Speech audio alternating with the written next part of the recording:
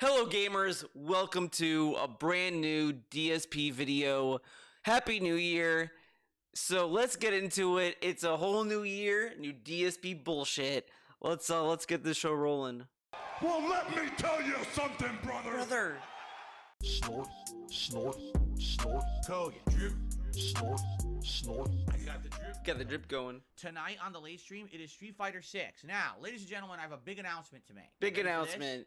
Are you ready? this? One of my new resolutions for 2024 is that when I play Street Fighter 6, I am not going to get toxic against my opponents. Look how he hypes this up. He does the clown eyes, like, oh my god, man, I'm not gonna be salty, or whatever, he's not gonna be toxic, and then he does this kind of children's entertainer type shit. My guy.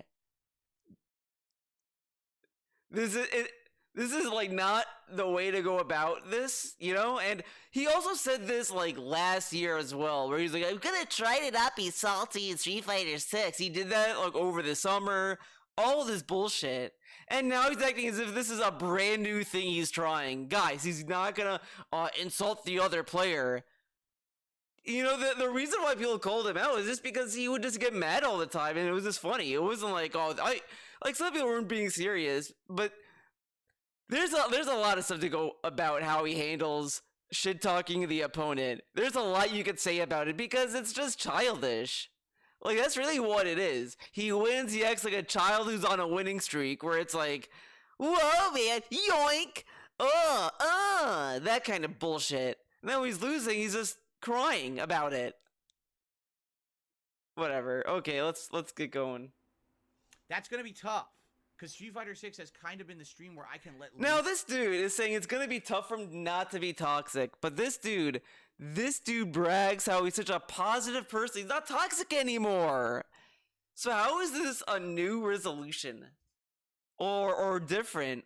Or that it'd be hard for him to stop being toxic? He tells us every day he's not toxic. And he's positive and he's just having fun. And I can be like over the top, ridiculously stupid in the stuff that I say on purpose. It's a way for me to kind of vent. Vent. Okay? And I like venting when I play Street Fighter 6. Whoa. I do. Like, guys, I say, he loves raging at games. He loves venting. Like, okay. I know people are like, oh, it's ridiculous. That's offensive. Yeah, but it's funny. And that was... This is so stupid. He's like, it's funny and all this stuff. Like listen to this. Okay? And listen to this. I like venting when I play Street Fighter 6. I do. Like, okay. Some of the things I say, I know people are like, oh, it's ridiculous. That's offensive. Yeah, but it's funny. And that was... But it's funny. Now, okay, we're gonna be really fucking mean about this one, right? Correct? He says he doesn't want, like, he's being mean. He's being offensive. But he's trying to be funny and all this shit. So, like, let's hear it again. Let's hear it one more time. And we gotta put the thought together. I like venting when I play Street Fighter 6. I do. You gotta put the thought together. Some of the things I say, I know people are like, oh, it's ridiculous. That's offensive. Yeah, but it's funny, and that was the... But it's funny, and that's the point. But, like, he tells us he's being serious when he's on these streams, and he's not, like, offensive all the time and all this stuff. And now he's telling us that, like, he said that, like, doing that is childish and trying to get, like, clickbait views and all this stuff because you're over-exaggerating your negativity to get views and all this other bullshit. You're trying to be offensive to get clicks. And now he's just admitting he was trying to be offensive to get clicks, pretty much. Because it's funny. Hilarious. Point is I was trying to, like, get that angst out of me when I play Street Fighter. Do you see? But a lot of people say things like, you're too toxic. Why are you insulting the players? Why are you saying these things? So here's the thing. I'm not going to stop being honest about the game. If a drops my move, I'm going to call it out. All right? But what I'm going to try to make an honest effort to do tonight and moving forward in Street Fighter 6 is to not insult the other player. Okay? Yeah, I'll insult the game. Wow, why is it possible that Cammy has this simpleton combo that's so easy to do? But I'm not going to insult the player. Simpleton combo. Okay. Now he's going to say he's going to insult the game and blame the game and all this stuff, but he also said he was against doing that. He doesn't do that anymore. I don't insult developers anymore, guys. He had rants saying to telling his chat to tell other people he doesn't reach at developers anymore. Using it. In reality, all right, there's different kinds of players out there. Okay? Okay. There's some people who actively like to challenge themselves all the time. That's me. Okay, hold right? up. There's different kinds of players out there. Okay? Okay. There's some people who actively like to challenge themselves all the time. This dude also shat on people for, like, being tryhards at games and all this stuff and trying so hard and all this shit. But are they also just trying to get a challenge and try to overcome it? Me. That's why when you see me play a fighting game, I pick the oddball characters. I pick the Zangiefs, the Dhalsims, the Blankas. The Blankas. Lilies. You don't see me picking the top tier. Have I picked a single top tier in Street Fighter 6 and rolled with it? And got away with the steamrolling, yeah, because if he played a top tier, he'd realize that maybe he might be wrong with what he says. I mean, come on, whatever. And stuff. No, I don't really like that. I never really have. I'm the kind of guy that I like to challenge myself with more. He played top tiers in other fighting games before. Like, this isn't like he says that he plays as DJ as a way to cancel out what he's just said, and it's like, dude, you just play the game. You play all the characters at that point. So how does he know the Ken players, like, aren't just fucking around and just playing all their characters in the game? You know what I mean? Unique style of gameplay. And I feel like if I just picked the top tier and I got easy wins... I really wish I was in the reality where DSP played Guilty Gear Strive. I would die to know his Happy Chaos takes.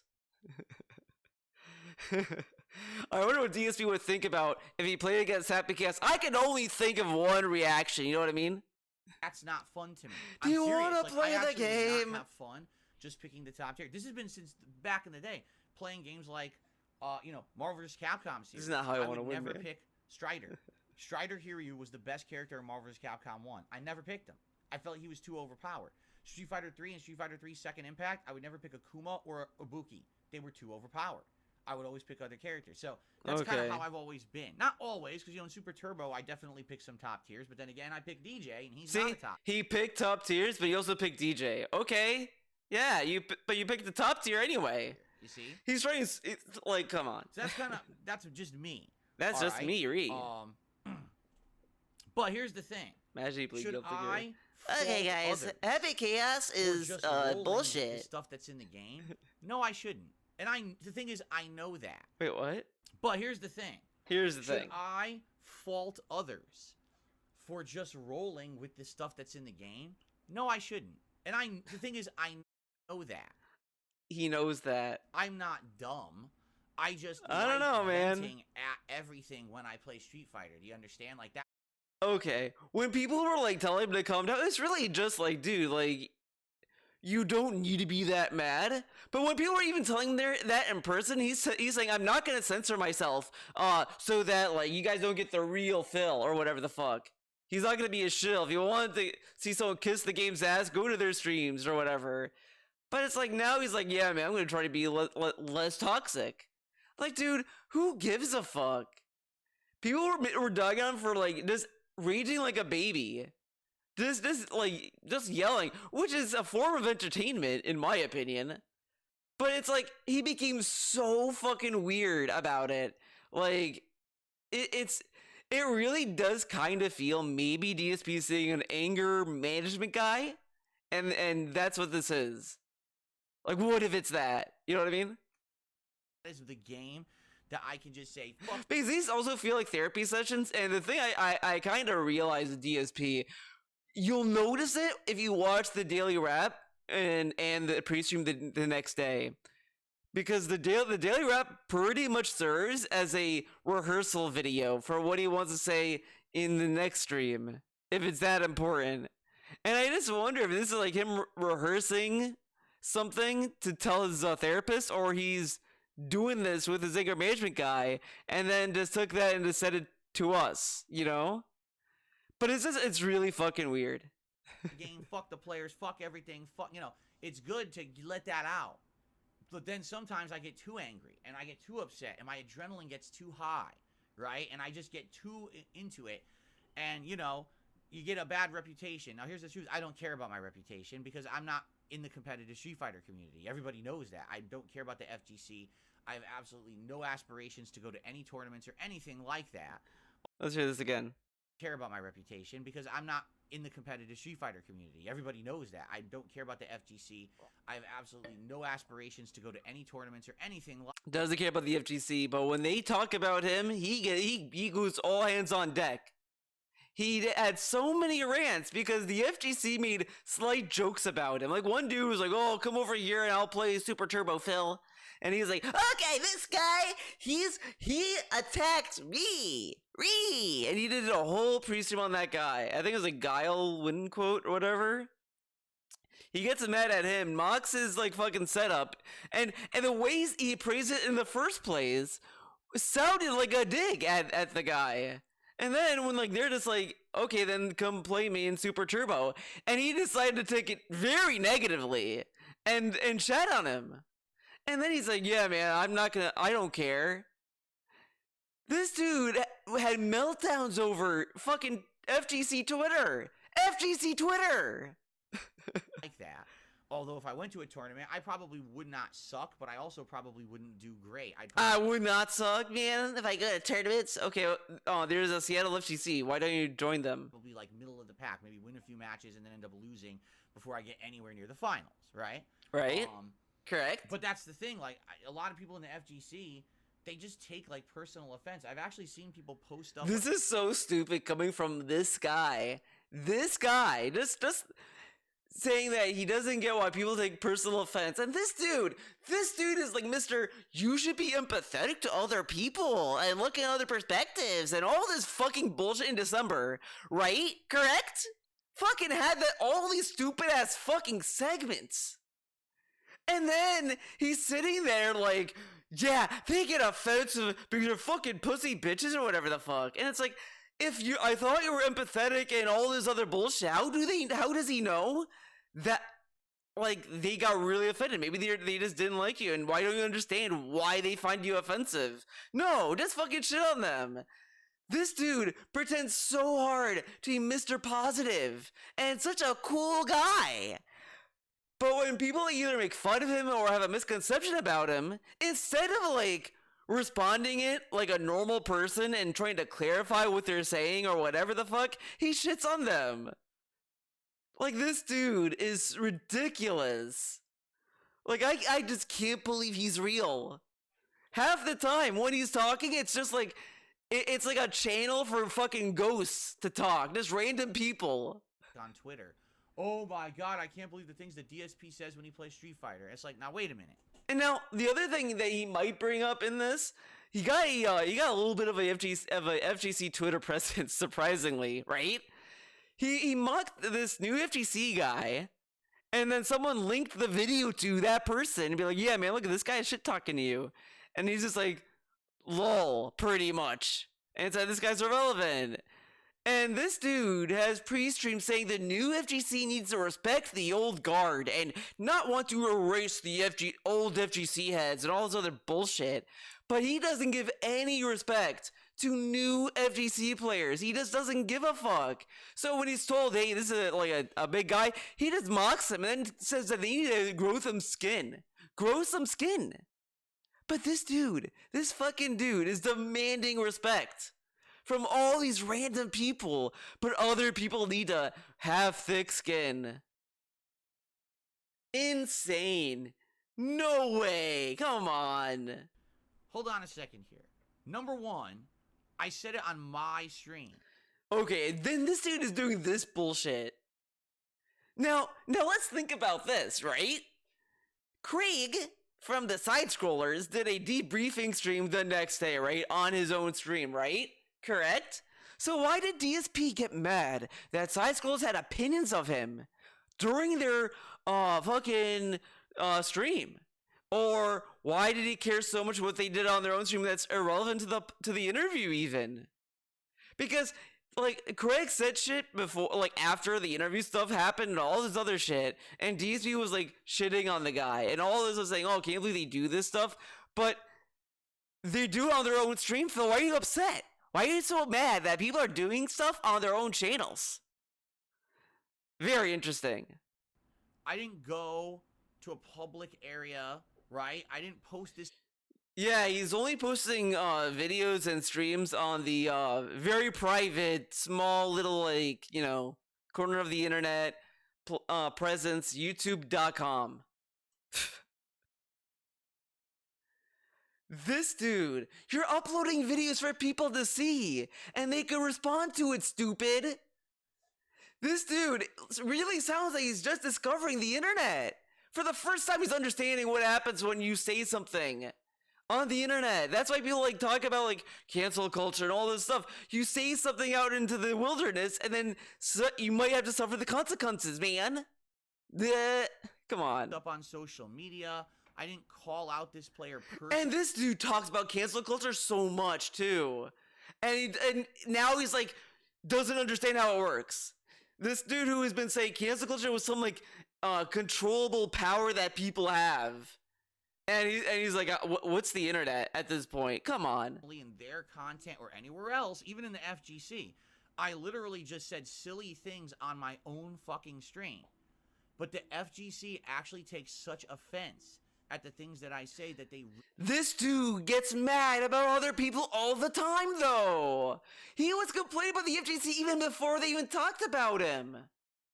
Like, this dude is such a piece of shit now about this. It is embarrassing, genuinely embarrassing to talk like this. Like, this dude needs to fucking realize what he's saying. You upload a video on the fucking internet. A dude will watch it and be like, wait a second, this guy said this? And then they'll respond to it. This dude is such a piece of shit because he wants to just shit talk and have no consequences. Like, at all. Regularly quote me and repost up memes about the things I say on my streams. It's like, grow a pair of fucking testicles. Grow a pair of testicles, man. But the FGC needs to respect the old guard, man. And all this other bullshit. And this dude had all these meltdowns in December, surprisingly. And he's like, yeah, grow a pair of balls, man. But this dude is freaking out and getting worked up for people talking about him on fucking Twitter. Like, he's having a whole segment about it. And he's telling us to grow a pair? The people who he's even talking about have already moved on. All this will do is cause him to respond again and be like, wow, this guy's a clown. Oh my god. And this dude is positive. He's Mr. Positivity. Seriously, if you have an issue about anything I've ever said on one of my own fighting game streams, oh, you can't deal with it, man. You shouldn't ever play a fighting game. Man, try being... This dude is unbelievable. Fucking testicles. Seriously, if you have an issue about anything I've ever said on one of my own fighting game streams and you can't deal with it, you shouldn't ever play a fighting game. This dude says this, but he complains about everyone who plays the game and how they play it. Like, are you for real? And don't forget, he's literally saying this in the same video where he told us he likes to be offensive for the lulz. Like, this dude is ridiculous. Like, I'm not even, you know what? We went from just being mad about this to just laughing from the insanity that this dude is going through. It is unreal. Man, try being around back in the day when I used to play in arcades and all you heard was this kind of shit the time you were playing the match. You were trying to play a fucking match and you'd have a guy next to you talking shit to you, calling you the F word. The F word? Yes, saying shit like that, you little kind of shit the time you were playing the match. You were trying to play a fucking match and you'd have a guy... Dude, this dude is saying this, but he literally has yelled at his chat for when they distract him when he's playing a fighting game. The bubbles came from that. he was trying to learn a new game, and chat was begging for bubbles, and this dude is literally telling people that they need to fucking grow a pair because people would yell at you when you're playing a match. But DSP, you were having a match and then yelled at chat for talking about fucking bubbles. This dude is a massive clown. It's so ridiculous. Next to you, talking shit to you, calling you the F word. Yeah. And I just love the build-up. The F word? Yeah? Saying shit like that, you little F. You're never You gonna little leave. F. Blah, blah. This used to be a guy who would walk up, and while you were playing, he would literally thrust his crotch into the cabinet as you were trying to play. He was like fucking the cabinet next to you. Why are we doing this? Like, really, Phil? You thought this was a... Now, this dude has mocked LTG for faking the O face. You know, like, is it more embarrassing to, like, actually fap? Or is it more embarrassing to, like, pretend to fap? And all this shit. And now today, he's, like, thrusting his cock into his microphone. This dude is just, like, nonsense. Like, this is literally a madhouse. You're just looking at a guy talking into a padded wall. And you gotta play this guy. Yes, this is real stuff that you... The dude who got mad at people asking for bubbles is saying this, by the way. ...to happen in arcades back in the day. But today, everyone's so insulated and so fucking protected. It's ridiculous. People call him out and say, wow, this guy's a fucking idiot. And he's saying that they're the ones that are being insulated and all this other bullshit. But this dude is mad that no one is letting him be in his own little space. And this dude also brags about being an insulated guy. And that's not even true in reality, because this dude is just lazy. Pure laziness. This dude is fucking lame, and it's so funny to see this monstrosity continue. That God forbid that someone on their own private fucking stream... private stream on his private little channel on youtube.com/DSP Gaming. ...saying it to you, says something that you're so offended by it, right? Yeah, But they can be mad and say this, yeah, what an idiot. Like, this dude says that he should have the right to respond to people. Literally told people that he's gonna respond to people. He should have the right to do that. He insults someone, and then he gets mad when they call him out, but it's okay for him to reply. But no one can respond to him. Okay, sure. Rub quotes and everyone else who quotes me out there. I mean, you couldn't be more of a bitch to be so worried about what someone says on their own private stream. Seriously, it's ridiculous. Else who quotes me out there. I mean, scrub you quotes. More of a bitch to be so scrub quotes. You're a bitch. But they're not having a fucking like 8-minute meltdown over this though. Worried about what someone says on their own private stream. Seriously, it's ridiculous. What if they just want to share the insanity? They're spreading the word. But the truth of the matter... But he says this, right? He gets this mad about that, right? Correct? But what if they clip him saying, good game? Would they still be bad? Are they still bad doing that? There is that we're in 2023. And over time, things change, correct? So... it's a new year, right? And it's time for us to maybe turn over a new leaf. So here's the thing. If I play Street Fighter and I'm getting upset, I will blame the game. Absolutely. Whoa. I will yell at the netcode. I will. But I'm going to remember, he told us that he doesn't yell at game developers anymore. He grew up. An active effort to not insult the player. Because I feel like unless that player actively did something to insult me, like if they teabag me, yeah, then they deserve it. This is so lame.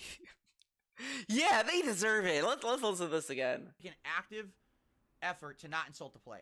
Because I feel like unless that player actively did something to insult me, like if they teabag me, yeah, then they deserve it. Honestly, in my opinion, only care how the teabagging happens, so it's situational for me. But if the dude was doing crazy combos and stuff that I was just falling for and teabagged, hey, I get it. Cool. I mean, I may still get mad, but okay, you know, at least I can respect the crazy gameplay. But when people do dumb shit in teabag, okay, I get way more mad about that.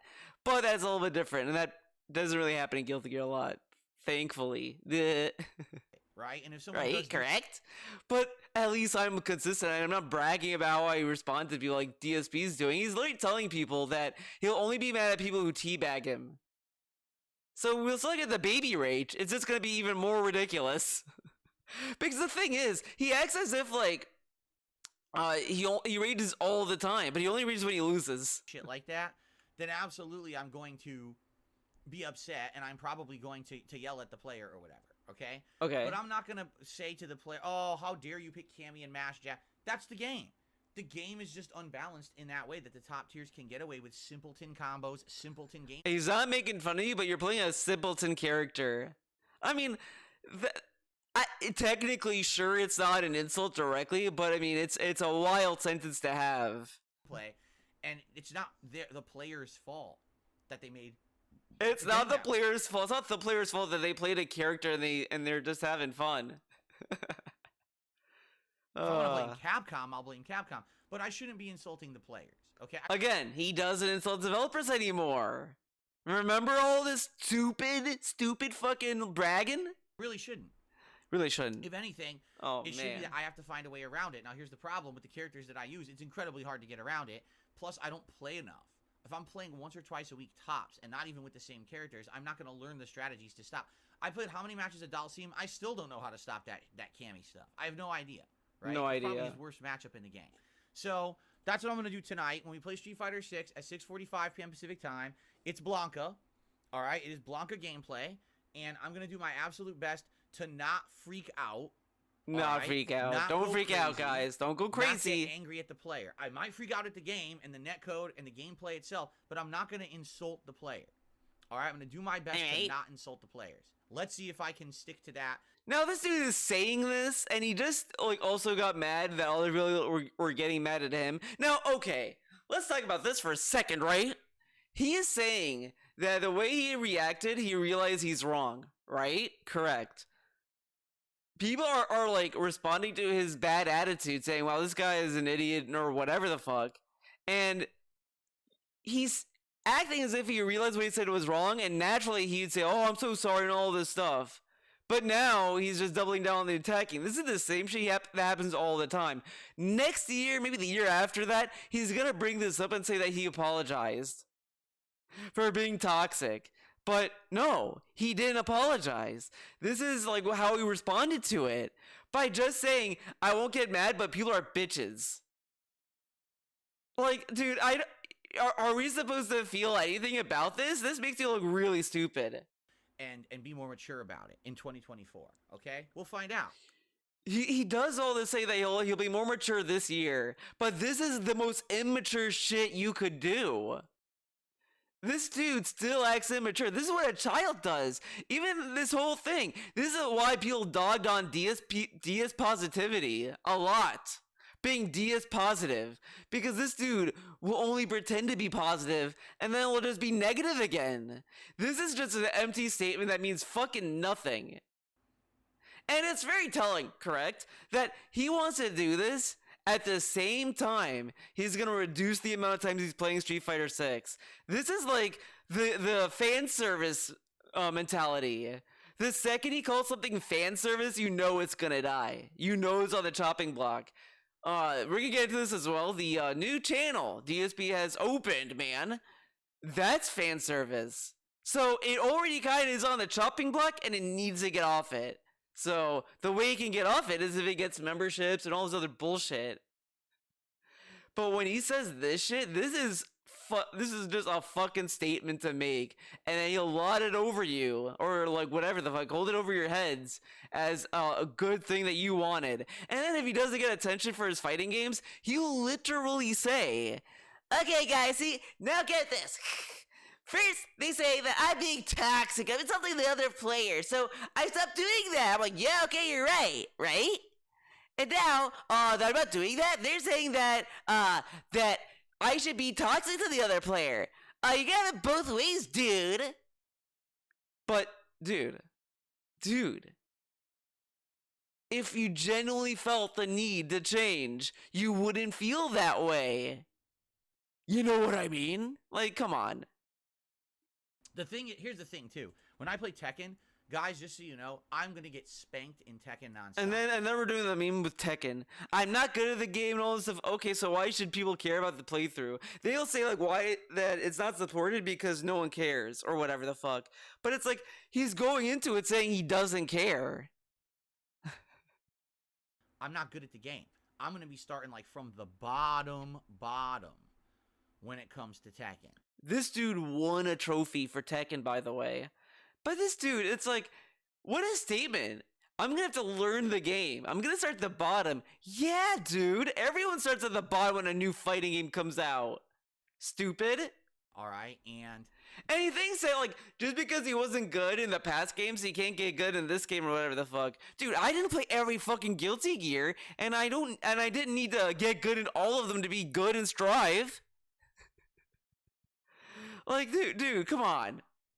Like, I didn't play Guilty Gear a lot, and at all. My friend got me into it, and I even played it barely then. So it was like at the bottom, then it got good by playing more of it. Like, this dude talks so weird about this shit. Basically, the way I see it is, I'm gonna take my licks, but hopefully I'll get really, really good at the game if I practice. And if I don't... And the thing is, he says this about every fighting game. He says this about Street Fighter 6. I'm gonna get my licks, I'm gonna learn the game, and all this other shit. Like, everyone does this, stupid. That's okay, too. I'm not expecting to do well in Tekken. If I do well in Tekken, I'd be shocked. And why does he need to do well to play multiplayer? Like, all the time. Oh, because he wants to body people. But he's not a tryhard, guys. But why would he play a fighting game and not win? Stupid. Why should I care winning if it doesn't matter? But, like, it's just obvious. People are saying you could play the game and have a losing streak and still have fun playing it or streaming it or whatever. Like, come on. But in Street Fighter, I put so much time and effort into it already. Yeah, it is frustrating when you get to the point where I've been playing 7 months and I'm still beaten by basic stuff by top tiers. It's like, oh my goodness. So we'll see how it goes tonight. Scrub quotes. Check out my stream tonight. I'm sure you'll find tons of stuff to quote that won't be me. You'll find sons? This time. Top tiers is like, oh my goodness. So we'll see how it goes tonight. Scrub quotes. Check out my stream tonight. And you think Scrub quotes people for, like, insulting other people, but they also, like, quote, like, bad takes. Like, they're just stupid fighting game takes. And all this stuff. So, him shitting on Capcom, for example, would be a Scrub quote. Because, again, who talks like this? Come on now, dog. I'm sure you'll find tons of stuff to quote that won't be me insulting other players this time around, okay? and then he says this as if he's doing it in response to them. So he's saying how people say or get offended all this stuff. He just mocks them and shits on them. Like, this is really kind of an abusive attitude to have. Like, you're literally belittling people's concerns when you told them that you want feedback. And you know, this dude says, I want feedback. Feed me feedback. All this bullshit. They give him feedback. Oh, you guys are being sensitive bitches. Fuck this dude, man. But now we get to the big announcement. Now, if you go to KO Gaming, now look at the logo. Now, of course, the logo is bad. It's not even a surprise. It's bad. But look at it. Classics DSP. Now, we're gonna start with his other criticism. Look at this. Look at this thumbnail. You type in KO Gaming, you get DSP Throwback and KO Gaming. Now, what's really funny about his original KO Gaming was that it was already fucking up, I think, this channel, maybe another channel by KO Gaming, to the point where his URL had to be KO Gaming 1 to separate it, but he was bodying their search results. It was kind of funny and sad. It's kind of like, the issue of social media sites, algorithm, blah, blah, blah, blah, blah. But anyways, he does that, right? And everyone said, oh, you're just copying people or whatever. But you look at this. this already looks like a hacked channel. The thumbnail looks bad. The name is stupid. And it's like a lot of subscribers, and it's like, who would care about this? And the other thing is, again, look at these two thumbnails. They look very, very alike. You can't make out DSP's face. It took me a while to like realize that was young DSP, because what it looks like, it just looks like a red skull or some fucked up shit. And then we zoom in, he didn't like color in the forehead at all to match with this. It's really like they just put like a red sheet of paper over a picture or whatever. But okay. But it says Classics DSP. Thumbnail is... Shut up. The thumbnail says Throwback DSP. So you go here, and it's Classics. You go there, Throwback. Now, it's good he changed it. Oh my god. It's good he did change the banner, because before it had the KO Gaming banner with DSP Throwback and this. And it literally looked like a hack channel. Like, you would look at this and think, oh no, a troll has hacked KO Gaming. But then you realize it's not, because he has this little stupid ass video uploaded. And it's so sad. It's so sad what's happening to KO Gaming, because if he's not censoring the hateful slurs, this channel can be taken down and we'll lose KO Gaming videos. So those videos are now in jeopardy. Because he told us that a lot of his old clips had him say hateful slurs and all this other bullshit that would get him canceled. So what if someone concerned trolls and bans this channel successfully? Then we won't have Zelda talking review, DSP emergency. So he put his channel in jeopardy. But it's gonna suck because now his whole like videos panel is gonna be like bodied with classic videos no one gives a fuck about. Like, look at this shit. It's already bodied by DSP gaming stuff, but it's gonna like destroy, just annihilate his edited videos that, you know, are just fun to watch. I mean, it's already bodied through here. You have to go to oldest. Like, look at these bangers. Episode 1, Fallout 4, KO Gaming, Resident Evil 0 Remastered, First Impressions. This will be very irrelevant, you know what I mean? But this dude is ruining this channel. This channel's gonna die. It's gonna be a sad day in hell. We have, like, the fucking pre-streams. You know, I wonder if they made any gold dust in this. Huh, interesting. And he didn't change this either. It still says 2018 onward. And this says tune in soon for a full rebranding. Like, this dude's stupid. So this happened. So KO Gaming videos are gonna get bodied. Sad day.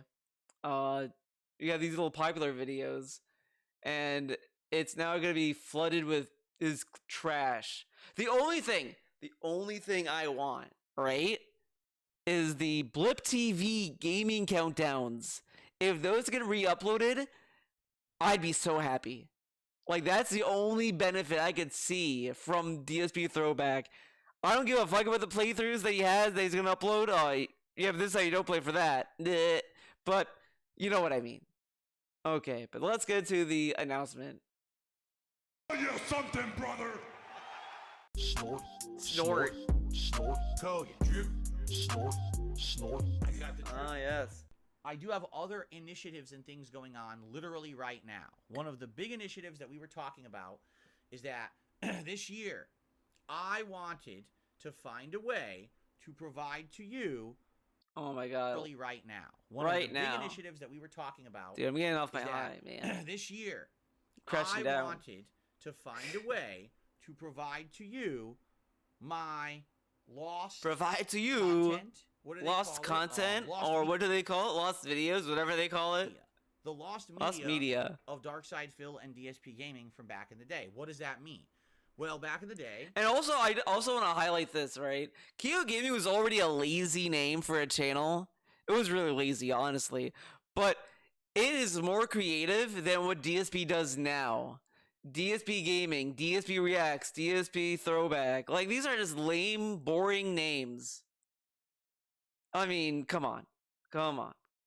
Come on now, dog. I was afraid of uploading certain kinds of gameplay to my channels because of copyright issues. Now, today, there is no issue. You can upload whatever you want, unless it's Atlas. Look out for Atlas, because Atlas will just copyright strike you for no reason. He mucks Atlas for doing this, but it happened, like, literally once. Like, one time. And never again. Come on. But everyone else is okay with it. But back in the day, it wasn't like that, and everyone was afraid, hey, if I recorded Rockstar gameplay, or if I recorded Square Enix RPG Final Fantasy stuff, I'd get struck down. So I actually had separate channels on YouTube for certain playthroughs.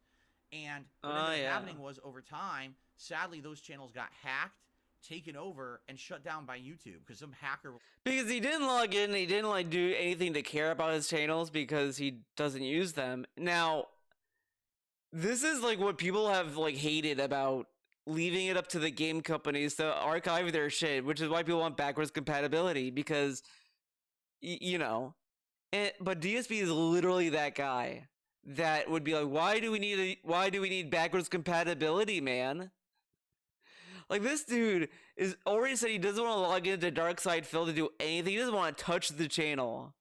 So if YouTube does another terms of service update and he, like, does it for his other channels and leaves DarkSidePhil, that'll be another channel that's gone. So in a way, honestly, DSP would have actual incentive for DarkSidePhil to go away, because that'd be more media he can sell. This dude does not give a fuck about preserving his own fucking videos. It's all fucking fake, because he's gonna say, well, I can't make money out of it. He's not in the partner program yet. But he wants to put in the partnership program, and he's telling us that he won't do memberships yet, you know, unless he needs to or whatever. But he factually can't do memberships until, like, later. Like, he factually can't do it. And he's acting as if, like, oh yeah, I'm not gonna do it, man.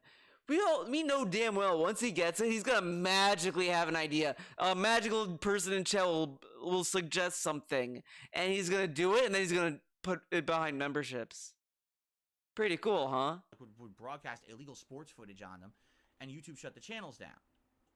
So there have been missing playthroughs for many, many years on YouTube, including my original Final Fantasy 13 playthrough, which is like over 100 parts. It was like 200 parts or something crazy like that. The original Red Dead Redemption playthrough, the original Undead Nightmare co-op DLC playthrough, the Suicide DLC co-op online gameplay, where John Rambo and I went with a bunch of others and played for hours these co-op sessions of just dicking around and having fun.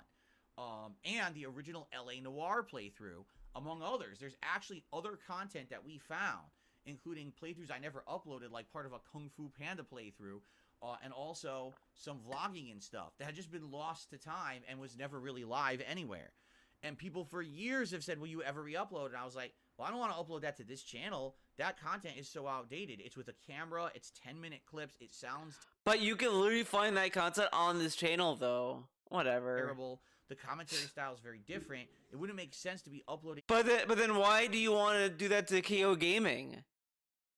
That channel was an edited channel, but I guess that channel is also, like, fucked up. You know, he fucked that channel up really bad. That content to my current channel, no one would understand it. It would flood the channel with videos that no one really gets.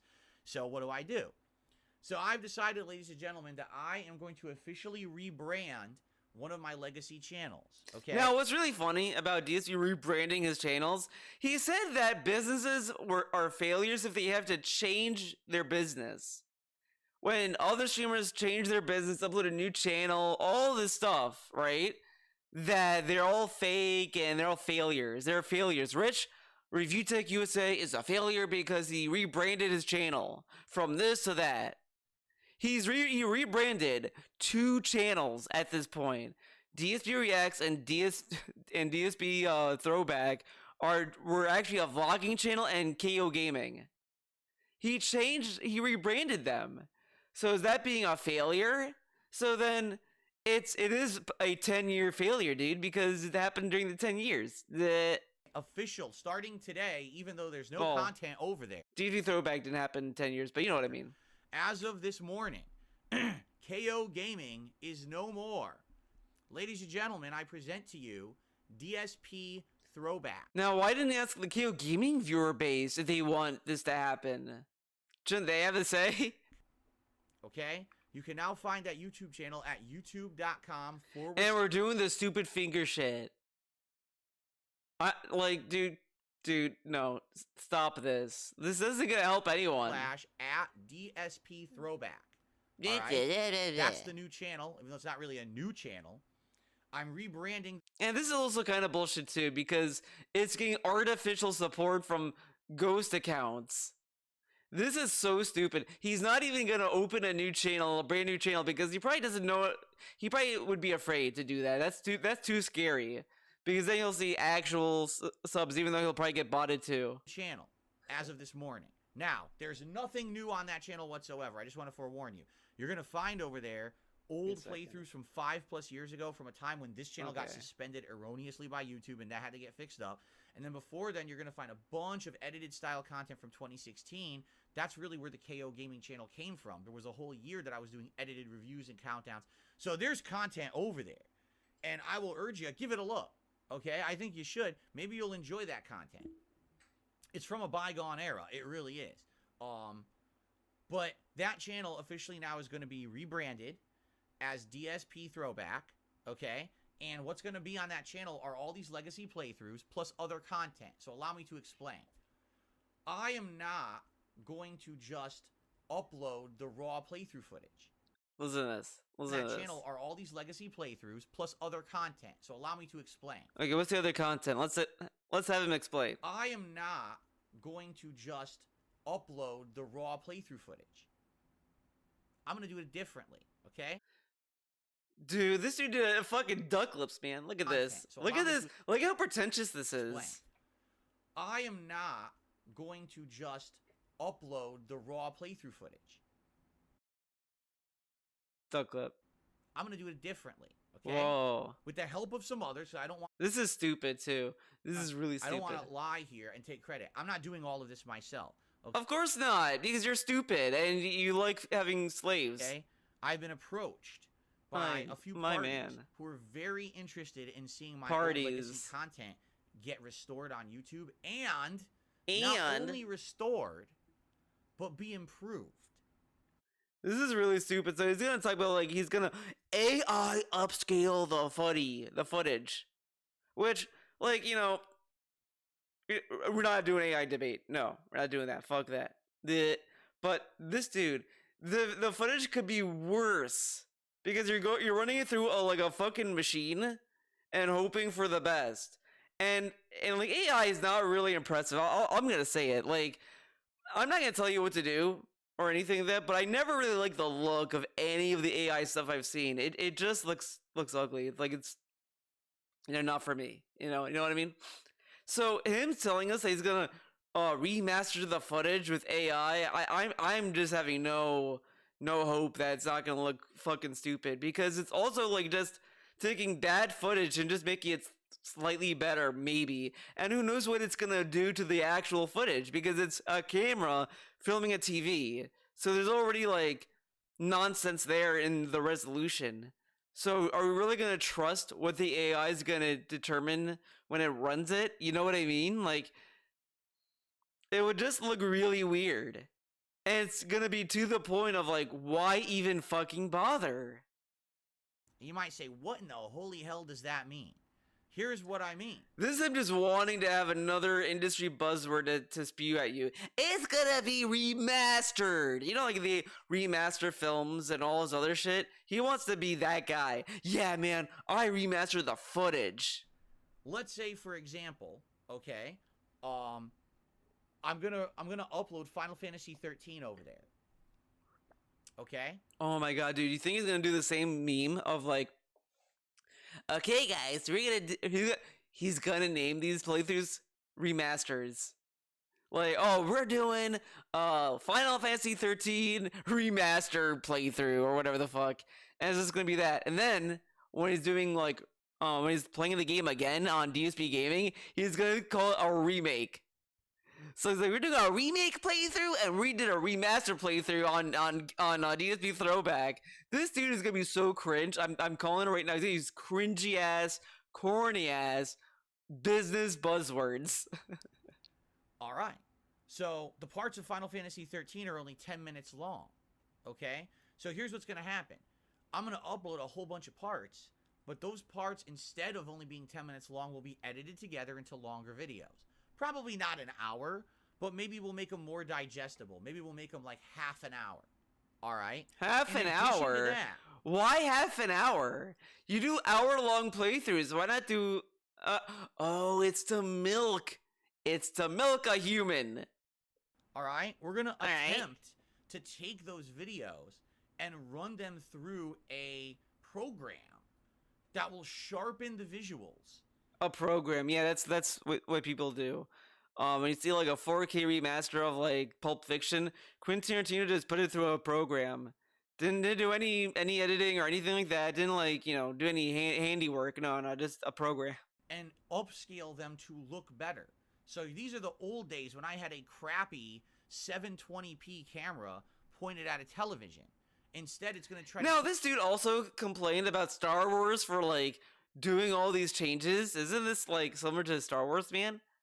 That and make it just doing worthless change? Make it look better than the original playthrough actually did.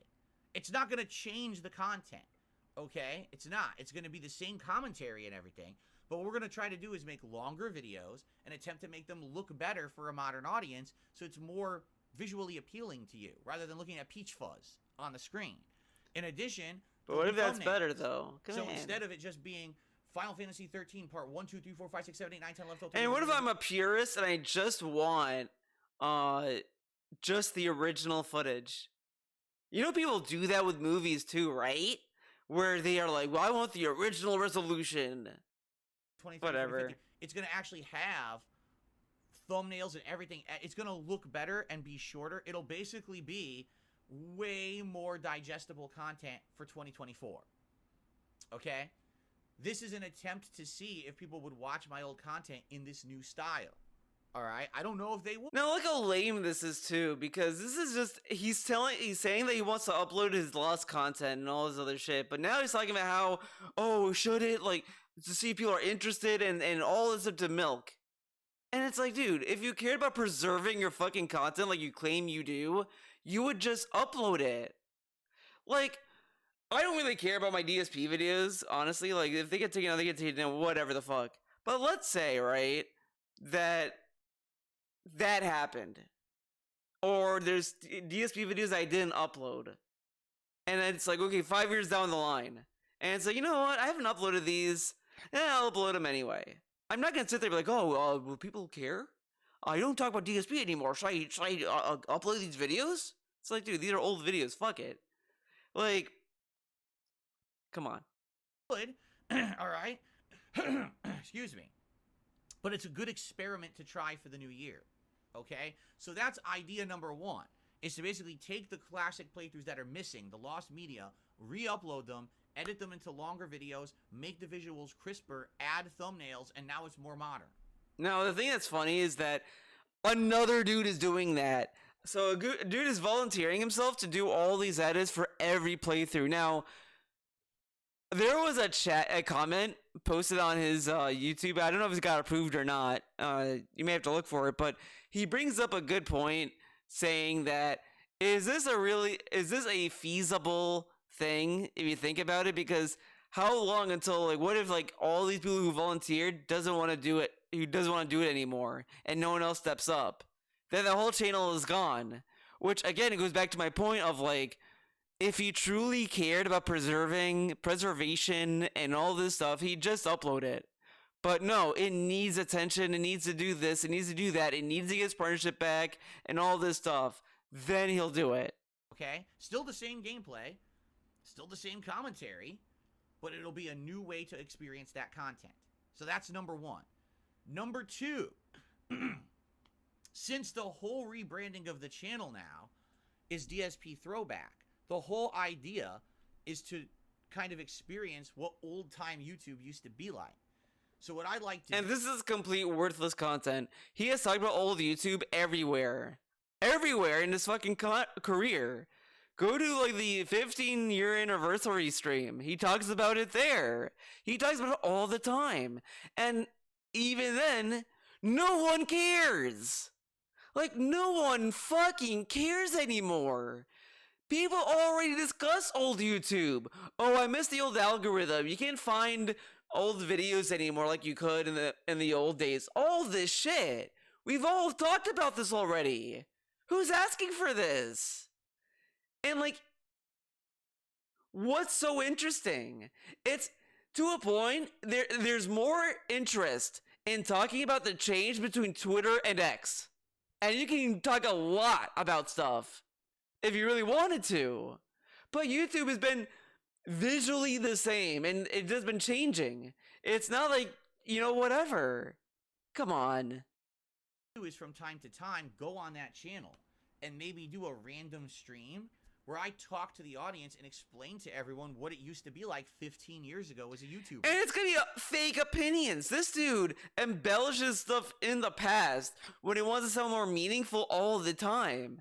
It's gonna be nothing. Oh, so like I was picking up a game and I was like, I need to get it home so I can film it, man. Oh, I was just thinking about all this like filming stuff, and then like I would have to race to upload all this shit. It's gonna be corny as shit.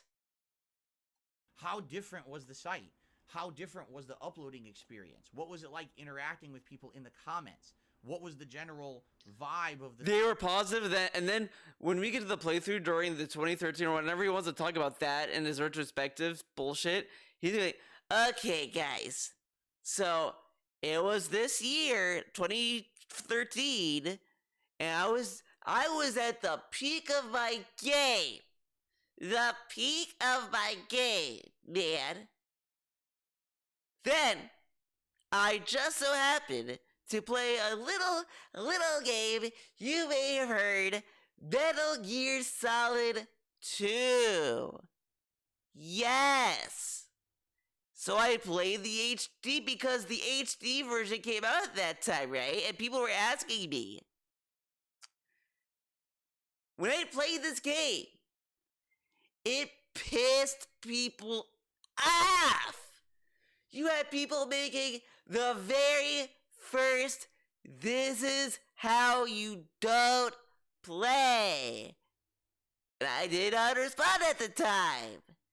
And that like all this stuff, I can literally, I'm literally making up a vlog, a stream, and you already visualized it. You already know that's gonna happen. It's not a stretch of the imagination. It's not a crazy Theo theory.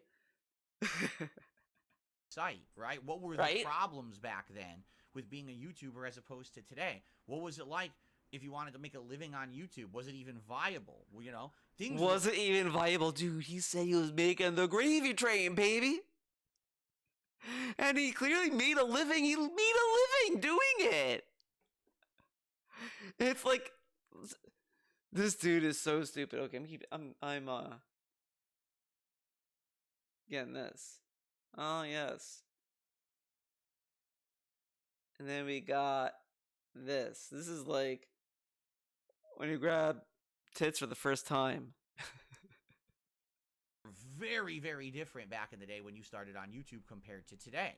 So that could be really neat to every once in a while just jump. I'm not saying this would be frequently, but every once in a while jump on there, do a special stream or a special segment where we have an interactive stream talking about old time YouTube. And maybe you guys could submit questions for me that I could answer about old time YouTube.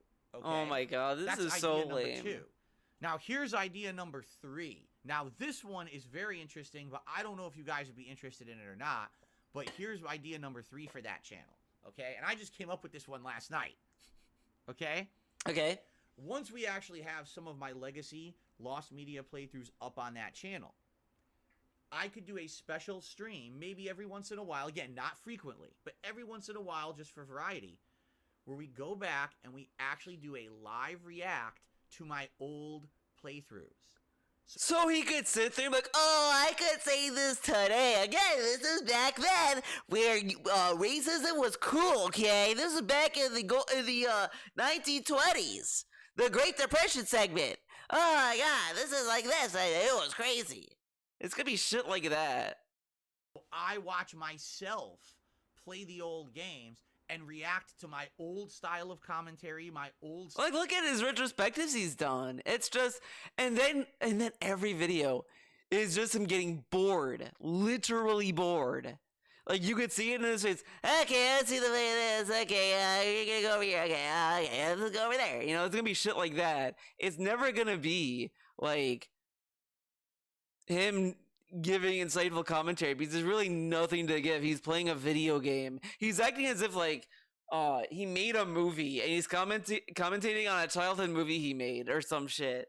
Like if I didn't have the flood in the basement, I would have a lot of old fucking sketchbooks and I love going through them. I would have gone through it and like upload the page and be like, yeah, this is it, and I could talk about it because I made the thing when I was a kid.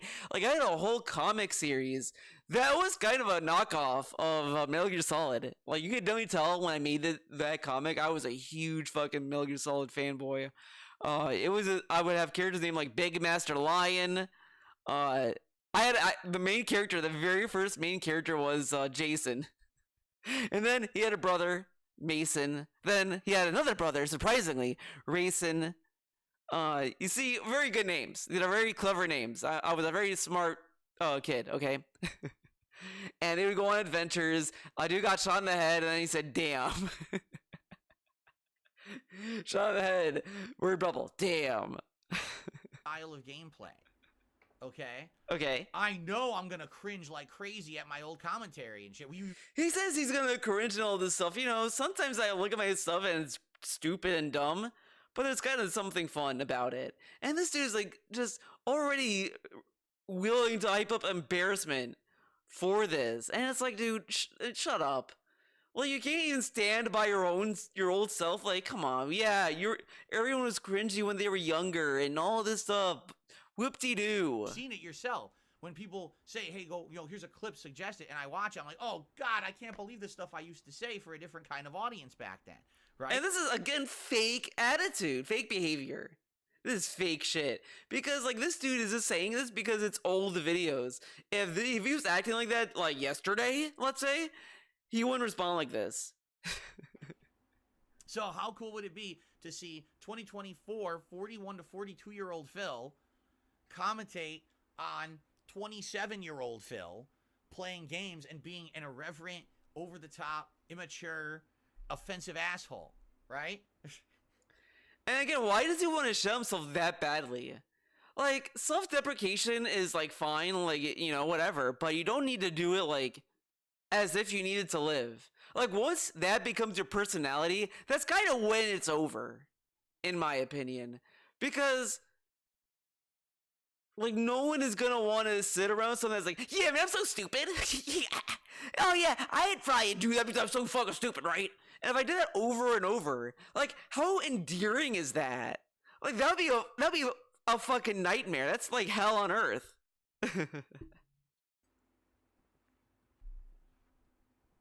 Right? Right? So, I don't know. It could work, it might not. Now, here's the thing. These are all initiatives that I'm hoping to do this year, but I have learned from DSP Reacts last year. I have learned that not everything turns out the way that you intend. Remember last year I had all these ideas for DSP Reacts, and at the end of the year, only one of them really persists, and that's the weekly show that I do, DSP versus the Internet. I still do tier makers occasionally, I still do food videos occasionally, you know, but that's really the bread and butter of that channel, okay? But I don't know if all these ideas I just came up with for DSP Throwback will work. They might not. And if they don't... Again, if he only cared about, like, uploading this stuff, he wouldn't care about this. You know, that's okay. Keep in mind, anytime that I tell you guys I want to do something new, it means that I take away from my content here on DSP Gaming. Every time that I'm going to be doing this other stuff, it means that I can't play games. So if I'm going to do a special throwback stream, I can't stream new games today. So then, why not just not do that then?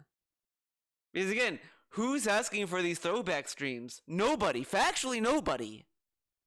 Like, did anyone in the chat replay ever say, is there going to be a stream on DSP Reacts? DSP Throwdown? DSP Throwdown. See, this name's already fucking stupid. At least DSP Reacts is short and to the point. DSP Throwback is like That's just a mouthful. So very well could be all these ideas sound good, but then when we actually try to implement them, people prefer not to do them. I don't know. We'll see, okay? But that's my idea. Now, wait. Listen to this. So very well could be all these ideas sound good, but then when we actually try to implement them, people prefer not to do them. I don't know. People prefer not to do them. Okay. See, okay? But clearly talking about the people who are working on the videos there, but okay. That's my idea. Now, here's the other thing. If this channel works, if this channel, people like the content, and I'm not saying... Okay, right? If it works. If this channel gets thousands upon thousands of views for my old content, in fact, I don't think it would be further from the case. I'm expecting to get maybe 200 to 300 views a video top. This is... Look how low the bar is. He's setting itself up so he can be like, wow, man, it actually surpassed my expectations.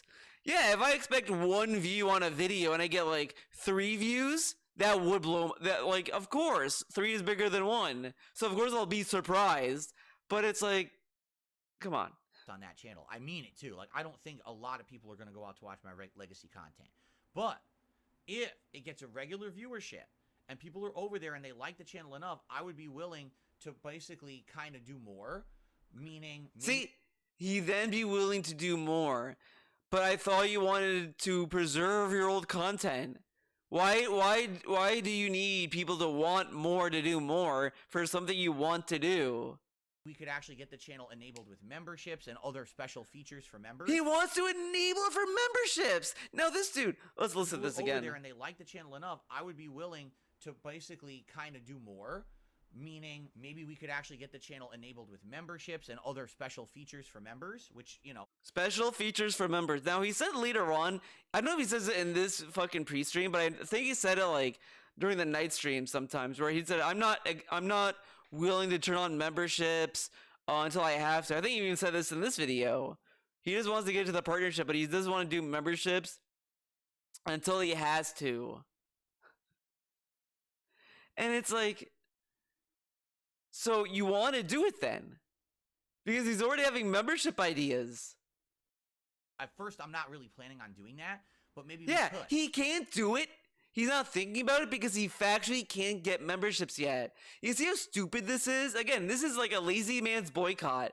Oh, this thing I'm not gonna buy, I'm gonna boycott. Yeah, I agree with that boycott.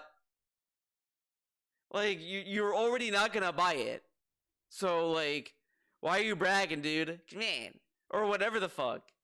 And this dude, it's just that. Just empty statements because he's not currently doing it. He can't get memberships on that channel. So, of course, he's actively not looking to get memberships when he can't get them. But once he gets them, he's going to magically have ideas and enable them and say that people wanted this. So that he's not looked as a greedy motherfucker. All right, and in addition to that, and here's what I was really going with this. What if we took my old playthroughs from the Dark Side Phil channel, that channel that I want to leave untouched, but we do the same upgrades to the original playthroughs as we're going to do with the Lost Media playthroughs. I take the shorter parts, I edit them together into 30-plus minute clips. We upgrade the visuals. We put them in modern playlists with thumbnails and everything. So now you can find all the old content on this channel, better visuals and easily accessible, and it's not disjointed and messy. You don't have to go to 10 channels. You don't have to go to Dark Side Phil for this, DSP Gaming for this. Oh my where's God. the Lost Media? It would all be on that one channel, okay? Because there's about 2.5 years of content on the Dark Side Phil channel that no one watches anymore. People reference it all the time and enjoy it, but they never watch it. You see? How So often this are they would be a going to way watch it? He acts as if people should watch stuff forever. to repackage that content to make Oh. it more interesting for a modern audience and easily accessible for those who want to see the old content, you know, in one channel. Okay? I think that'd be awesome. So the thing is, I don't want to go there yet until we get to the point where we've tested it. Okay? Let's test it. Let's see what happens taking these Lost Media playthroughs, uploading them, editing them, putting the videos up. Do people like it? Are people watching it? There's one other piece to this puzzle, okay? A few years ago, YouTube changed their criteria for partnerships. Okay. And the criteria are that you need to be uploading 3 videos in a certain set period of time. I think it's like within like a month or 90 days or something like that. And you need to have a certain amount of viewable hours in that time frame, and you need to have a certain amount of subscribers. Well, I have almost 20,000 subscribers on that old channel. So even though I've rebranded it to DSP Throwback, it still has like 19,000 subscribers. What it doesn't have is new video uploads, because I've uploaded nothing to that channel for 5 years, and it's got almost no viewable hours because no one's watching the dead content, you see? So what I need to do is start putting content up on that channel so that people will start to watch it, and then it'll get the viewable hours, I'll have the uploads required, and then I could get back to the YouTube Partner Program. Right now, nothing. Why does he need to go to the YouTube Partner Program? This dude wants a triple dip. And he would shit on other streamers for doing this. He yelled at iJustine for having a gameplay channel. Same with Toby Turner. And now he's like, yeah, I'm going to open another channel, man. Channel is under the Partner Program at all, because they kicked me out of it like 3-4 years ago when they changed their criteria. Before then, you literally never had to upload anything. You could just qualify. Oh, whatever. But now they've changed the criteria, okay? Okay. So, I think what I'm going to do tonight is I'm going to film a special vlog that I'm going to upload over on the former KO Gaming channel, now rebranded as, DSP Throwback. And I'm going to say hello to all the subscribers who haven't heard from me for 5 years. I'm back. I'm rebranding the channel. Here's my plans for it. So that way they know what to expect, and it's not like, oh, I'm subscribed to this dead channel and I might get new content and be upset. I want them to know what's going on. In addition, that'll count as one of the new uploads that's needed for that channel, and it'll probably get me some of the initial views that I need in order to requalify for the Partner Program, okay? So... Oh, he needs to do more drama videos. Let's see what happens, okay? Let's go from there, and let's enjoy. Now, what I need to do, I need to dig into my closet, find the hard drives again. I know where they are. They're like right here in one of the bins into the corner of the closet, because I need to find them, but I know where they are. Put them there specifically so I can get them out easily. Okay, then you know where they are. You're not finding them, stupid. To do this project, and now I'm ready to do this project, okay? So, I need to get them out. I need to hook them up, and I'm probably going to, no lie, start uploading Final Fantasy 13 soon, like right this week, and get to work. You know, again, those people who are going to help me get to work with things like editing and things like that. Get to work! Uploading Final Fantasy 13 soon, like right this week, and get to work. Get to work. Again, those people who are going to help me get to work with things like editing and things like that on the channel and see how it goes. Okay? I don't know. It could take a while. This might not be an overnight thing. This could be weeks. But I just want to let you... He could literally do this on his own, though. Like, now, think about this, right? You don't need a fancy editor to make a video that's like connecting to two parts. You know? Like, I could use iMovie for that. iMovie is a free fucking video editor on Mac. And I'm sure Windows has the equivalent to that. But no, of course, he needs someone else to do this. Guys know the channel's already been branded. I'm already working on getting new stuff for the channel. So, for example, I'm working on getting things like new banner, new logos, all kinds of stuff for the channel. And probably sooner rather than later, like I said, tonight, I might actually upload a new video to the channel to announce the new initiative to everyone so they know what's going on. And then start working on it. Okay? Okay. All right. Sound good. Should I smoke again, man? So no. Here's the deal. I would love to hear your thoughts on all of this. What do you think about the DSP Throwback idea? Do you think it'll work? Do you think it won't work? Are there suggestions for improvement over what I just suggested that you think would work better or worse? I want feedback. That's the key to success in the modern day. The feedback goblin. Feedback. So please send me what? Comment improvement over what I just suggested that you think would work better or worse. I want feedback. That's the key to success in the modern day, is to get constructive. That's the key to success in the modern day, because no one sent or received feedback before the modern day, right? Feedback. So please send it my way. Comment on this video. Let me know in the chat. I'm going to put a video up over there overnight. Hey, let me know on that video. You know what I'm saying?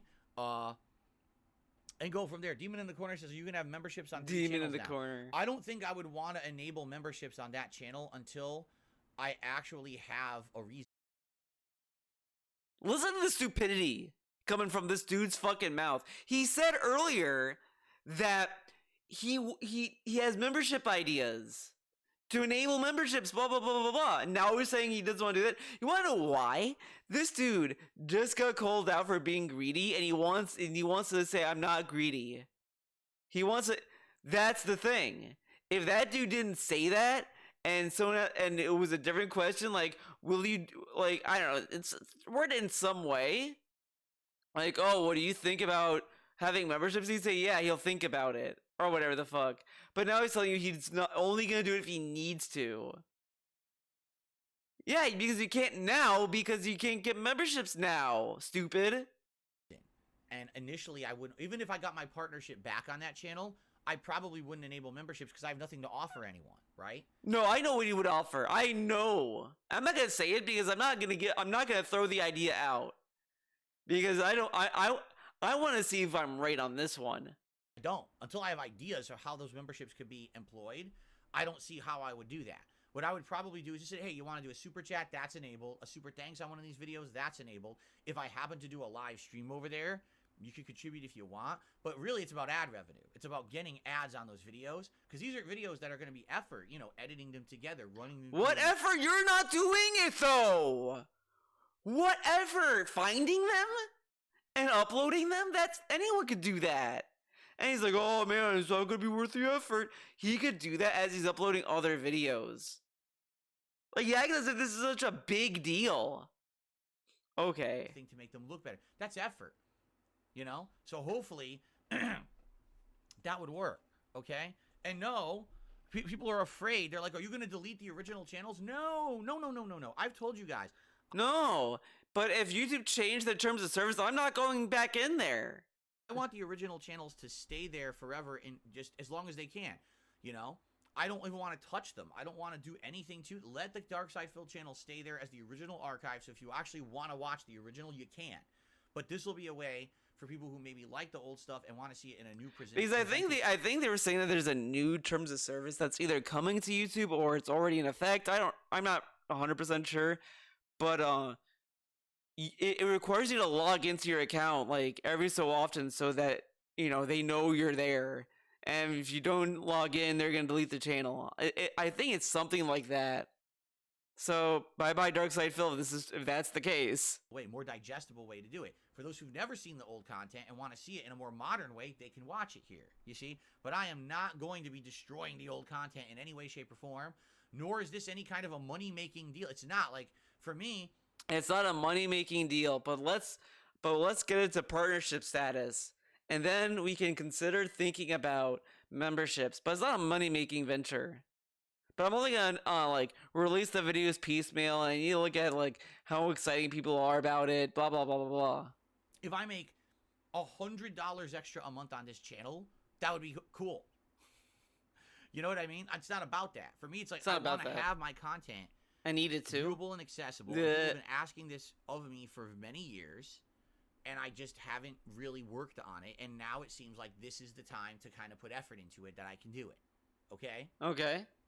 DSP remake. That'd be a wild channel. Eventually, if we come up with ideas, hey, let's do memberships. Let's do that. Great, but I don't want to. Let's have ideas. Then we'll do it. So you guys need to tell me how I can make money off you. Then we'll do it. So instead of doing stuff for free, if we could do it for money. That gun. It's not about that. It's not about immediately jumping into a new revenue stream. It's just not. It's more just not, man. Stuff out there for posterity purposes, making it accessible. That's such a lie. It's such a lie. Because if that's the case, why doesn't he just upload them? Because what if the guy who's like who's editing it decides he doesn't want to do it anymore? Is he gonna put the videos together and just upload them? No. So, how is he being real about this? Okay. See, and you guys thought I was full of baloney. Seriously. You thought I was completely full of baloney when I said I had new stuff coming. You're like, Phil's just blowing smoke up our butts. Day 1, January 1st, here we go. Right? But now, by the way... He literally announced this, like, the week before, though. He already announced the retro thing. Whatever. This is only the first thing. Okay? This is literally only the first thing. I have other things already in process. All right? All right. This year, working. And one of them you will actually possibly begin to see within the next few weeks. And I have not alluded to this at all. You guys have no clue what this is at all. And I'm not going to tell you either. I want it to be a shock. It's going to be a documentary. Blown away. So the guy who did the Buggy documentary is doing a documentary on DSP. And I don't feel one way or the other about it. But the thing that I think is really funny, though, about the fucking documentary is that it's just another thing that DSP said he wasn't gonna do anymore. Like, I can't trust anyone. I'm not gonna work with anyone. And he's working with a dude again after saying that. And the dude also has reached out to Keemstar, a dude DSP fucking hates. Anything I reach out to the side scroller. So all these people DSP said he doesn't want anything to do with, he's getting right back into the driver's seat, which really shows that the side scrollers was like a thing he wanted to use as an opportunity, because if he liked it or not, he knew he could get attention from it, and that's what's going on, man. Okay, so I'm not going to say a word about it. I'm just going to say something new is coming soon. That's it. That's all I'm saying. People are already freaking out in chat. Hype. It's level 2. I know. It's the level 1.5 podcast, right? He's getting a second cat. Oh, God. Oh, God, man. Go ahead. Speculate. Have fun with that. But I'm telling you, there's something new coming. Unless something happens. I hope not. But there's something new coming in the next few weeks. And I'll let you know, because it's going to be exciting. It's going to be fun. It's going to be hype. I know you guys are going to get excited for it. It's going to be a convention. So I'm not that DSP convention. When I'm ready. Okay? When I'm ready to go and to talk now, about it. He's sitting there saying, like, oh, I don't want to overpromise and underdeliver and blah, blah, blah, blah, blah. But when he does shit like this, it does build suspense and hype and expectations. So it means nothing. And to do this new thing. Okay? And that's not the only thing either. There's more. There's a lot in process for 2024 that I'm just not privileged to talk about yet until things are further along and or I'm ready. Like I said, I'm the kind of guy, I don't want to tell you a story halfway into it. I want to tell you a story when the story's over, so now I can tell you the whole story. Oh, yes. Right? So why would I spill the beans? Why would I do this? I'm working on until it's solidified exactly how they're going to go down, what they're going to be, right? I don't want to do that. I don't want to overpromise and underdeliver. Right? Correct. So, yes. You all speculate as much as you want. Oh my God, we get it. But go for it. I'm not going to spoil all, but so DSP Throwback is step 1, and that's going to begin work tonight. I'm probably going to make a video for it tonight, and I might even start uploading videos tonight to get the ball rolling. Okay, I'm not saying new videos will appear on the channel overnight. They won't. I want you guys to know this is going to take a while. This is going to be a process of, It's a process. Getting some editing done. This is a fucking process. Style up there and stuff like that. Okay, that's okay. In process, no rush. Okay, we're taking time with it. But once that's up there, I'll let you know. The thing is, I need to upload 3 videos up there within the next couple of weeks. And dude, we're still talking about this. No lie, need to get some views. If they don't get views, okay, it needs views for everyone that will check out. Even if you don't like the old stuff, holy shit, just give it a look. Just give it a look, man. So that's step 1, and then in the next few weeks, I'll tell you about the next thing, and then the next thing, and it's going to be a fun year. And this is all in addition to my normal stuff. DSP Reacts with the DSP versus the Internet show will continue every Sunday. I'm going to continue to do full-time playthroughs here on DSP Gaming. This is all extra on top of what already is happening. Okay? He literally could have done this at any point, by the way. But who fucking cares? He acts as if this is a big deal. So 2024, this is going to be a good year. I'm telling you guys, I got a really good feeling about this year right now. I think that things are going to be very refreshed and interesting and fun over the course of this year. Possibly the most ever. Because a lot of the times I fall into a routine of the same thing and it gets stagnant. And I think that this year is going to be a little different. Let's put it that way. Stagnant. Okay? Right? Okay. Okay. Haha. Is that it? All right. All right. That's that. Right? There you go. I talked about it. Now you guys know what's going on. No news for today. No crazy stuff to discuss today. I just want to... Isn't it funny? There's been no suggestion box. It really is like... he realized he was being very fucking negative and toxic that he doesn't even want to do it anymore. He hasn't done suggestion box in weeks. And he was so proud of that idea. Now the idea is dead. My ideas for the new year. Why would get he need them out there, and suggestions? I'm He's curious what you perfect. guys will have to say about them. All right. Before we begin with shout outs and the like, I just want to remind you guys that is how I make my living. This bar you see below me, that's how he makes his living. The bar. Super chats, tips. That's the vast majority of my income here on DSP Gaming. Okay, I don't yeah, have right? sponsorships or partnerships. I don't show products to you guys. I don't have referral codes. We don't have paid promotions in the middle of my stream or content. It's all about me having fun. Milking you. I mean, making fun, on a podcast man. show like this, whether it's playing a video game, and then sharing that experience with all of you over the internet, and you enjoying that raw. He's telling you this when you're there. You're watching me. He's like, you're gonna support me because you watch me and you like me and you want to help. Unedited, honest experience, and supporting it. That's how. But now you're uploading editing experiences, dude.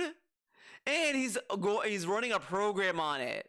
So it's like not gonna be the same. I've been here for 15 years by not changing and selling out and becoming a different kind of creator to make a living, but instead sticking to my guns and being who I am and being true to myself and true to my audience. So thank you to those who have supported me for 15 freaking years. I really appreciate the longevity you have given me. Longevity. Here's to another 15 or more, right? If possible. I'm excited for the future with all these new initiatives and things going on. But please, if you enjoy the content today, support it in some way. Okay? Okay.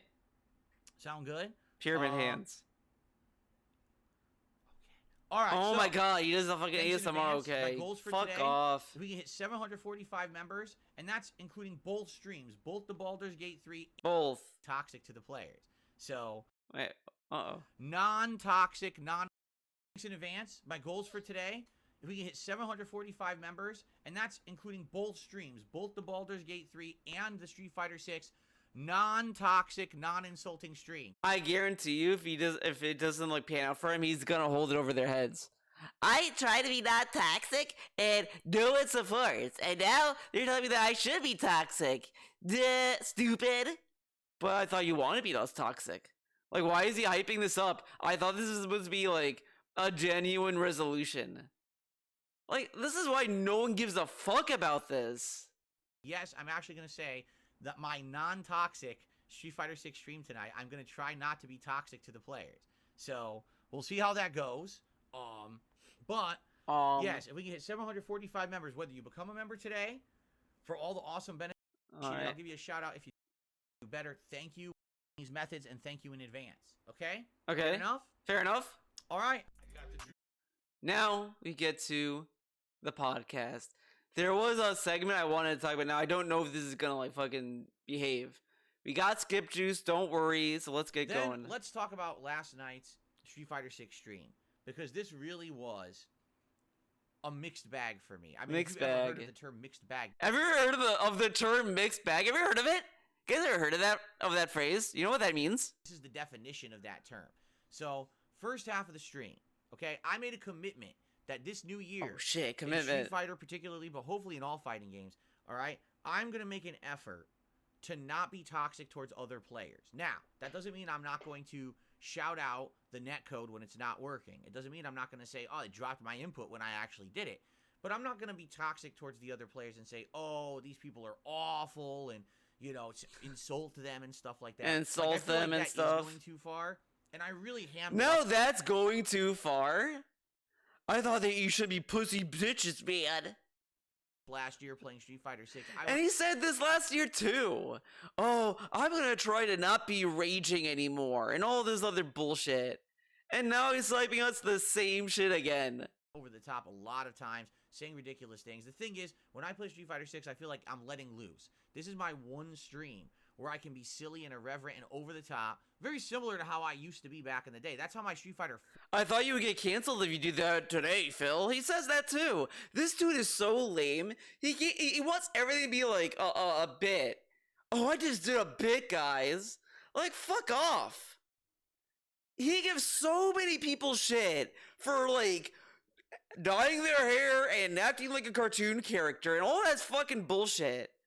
And he's like, well, I was hamming it up yesterday, and I was doing this yesterday. Like, dude, if that's the case, then you're no good. You're no better than the people you call clowns. Stupid. Like, he says all this stuff and acts like this.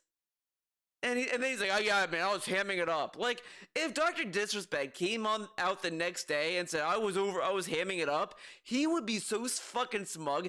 I told you guys he was being a cartoon character, I told you. And all this other shit. He does it nonchalant, and it's like, there's no hint of irony. This dude is garbage. War coverage was, 13, 14 years ago. It was the same thing. And people then, if you go back to this, right? He literally said, oh, the FGC was so jealous of me, so I was just playing my games, man. And all this stuff. And now he's saying that he was doing that to get a reaction? Like, dude, who's gonna fucking care? His credibility has been a debate, I guess, for a while sometimes, but it's completely thrown out anyway. This dude has no credibility, and now it's just more noticeable, I'd argue, because this dude is so disingenuous about half the stuff he talks about. Like that, but it's now 2024, and basically people are like fed up with that, and they're like, oh my god, it's just not, it shouldn't be allowed, and it shouldn't be allowed, it's my own stream. It shouldn't be allowed. Who the fuck says this? And honestly, he shouldn't be allowed to fucking do anything. Like, come on, I could be more toxic than that if I really wanted to. But this dude acts as if it's like so wild to do stuff. But this guy has said people should be held accountable for their consequences. Actions have consequences, bitch. All this shit. He wants people to have consequences for videos they upload. And now he's like, well, it's my private video and I can do whatever the fuck I want. Like, this dude is such a piece of shit. He says how he's like, oh, it's so mean to be negative on your video. You have this power and you have to be responsible. Come great power, come great responsibility, pimp. Like, that shit. He says it all the time. And now he's like, oh, I was just fucking around. It's my private fucking stream, man. Like, fucking suck a dick. Suck a Christmas dick off, dude. This is bullshit. Say whatever I want, within reason, but... Within reason!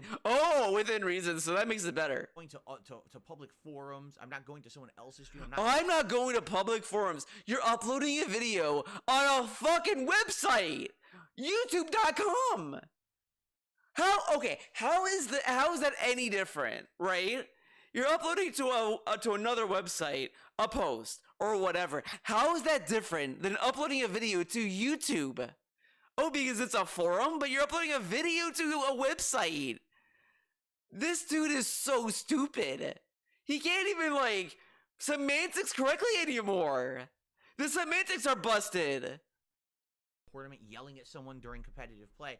I'm just doing it on my own stream for my own audience. But, admittedly, I will say, after the feedback and reactions I've gotten, I think I need to tone it down. Oh my god. Alright? And now it's like, I need to tone it down. Those stuff. But literally the last video, he was mocking people for this.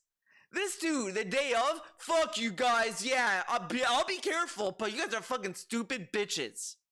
And then he's like, yeah, man, you guys are right. I shouldn't be toxic. This dude who tells you can't have it both ways, he wants it both ways all the time.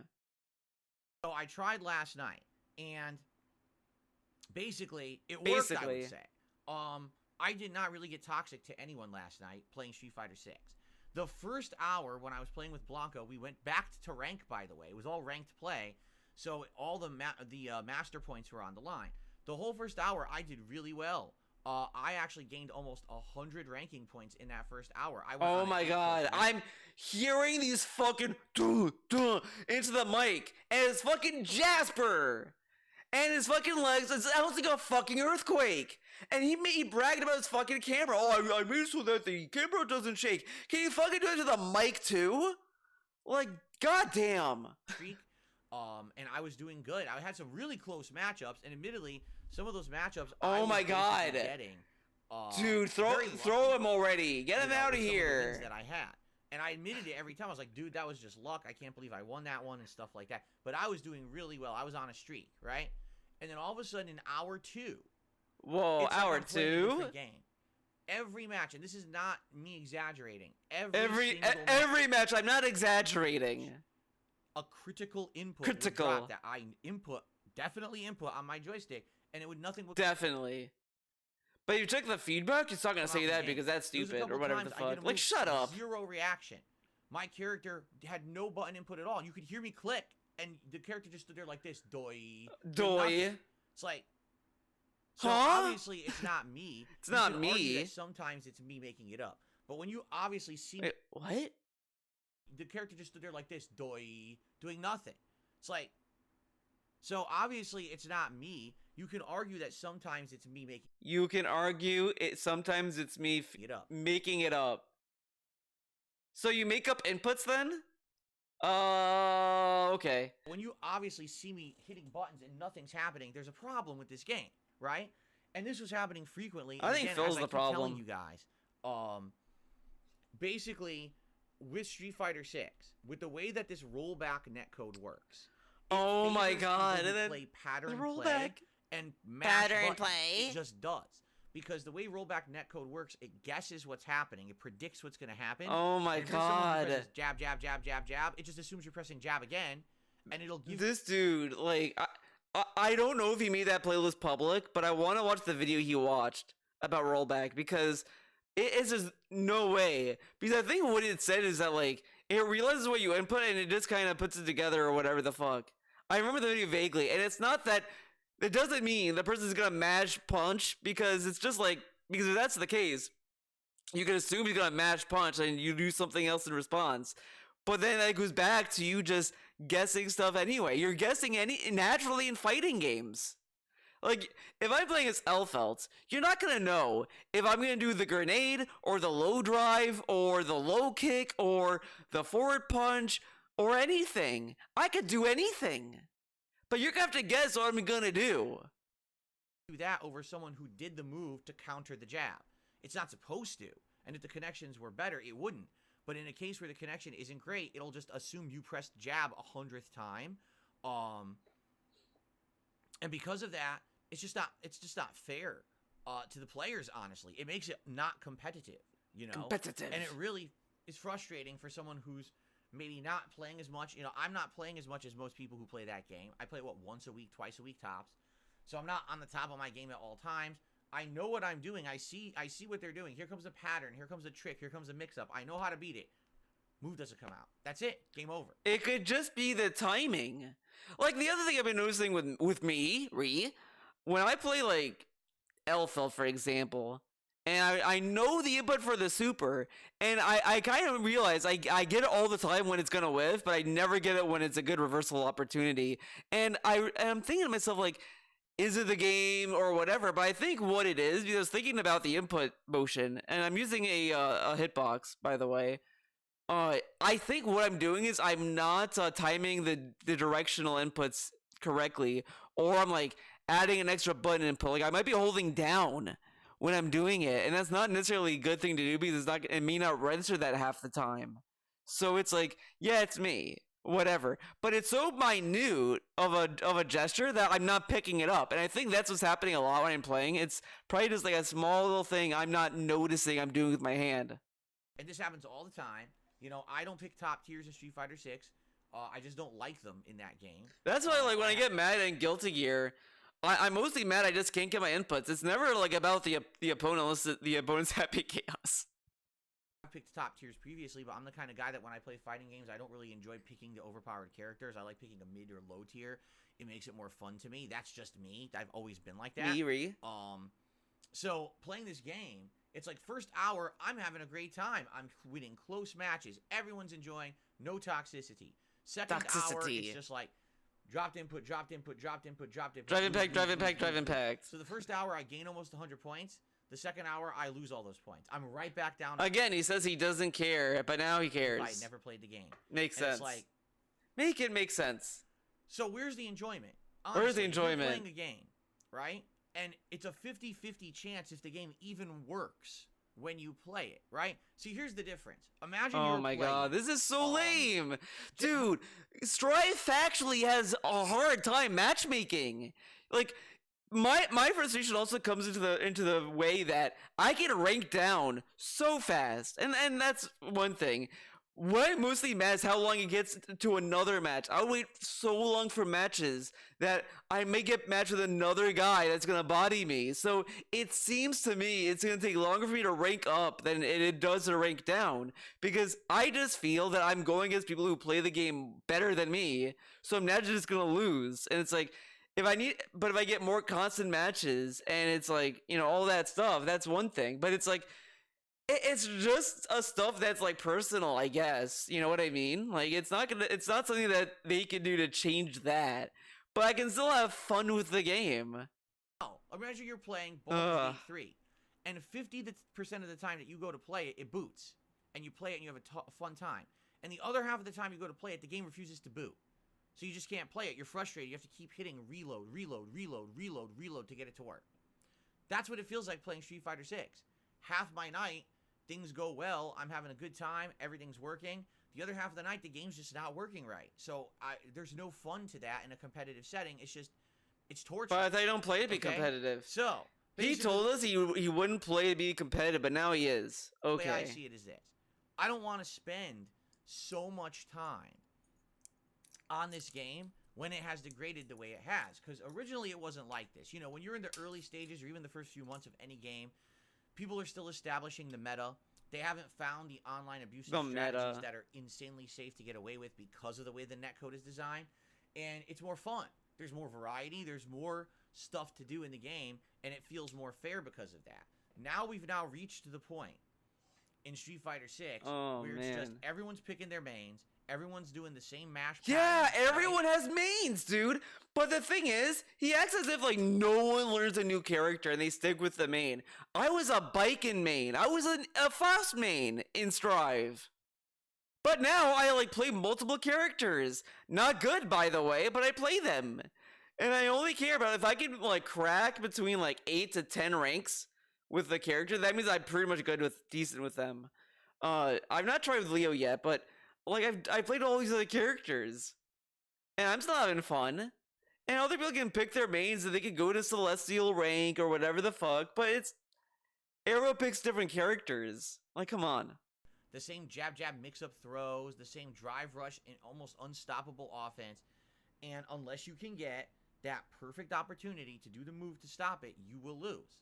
And with the connections as they are, you just can't do it. Why do you think there are so few people using the lower tiers in this game? The few that actually do well, you got to give credit, right? These upper echelon people using the Dhalsims. What if they don't use the ranking system, though? Like, there are people in Guilty Gear that don't do the ranking system because they don't want to. I've heard a lot of people dislike the ranking system in Exard because they say it's kind of trivial. Like, you could just be matched with a friend and just, get easy ranked up and all that kind of shit.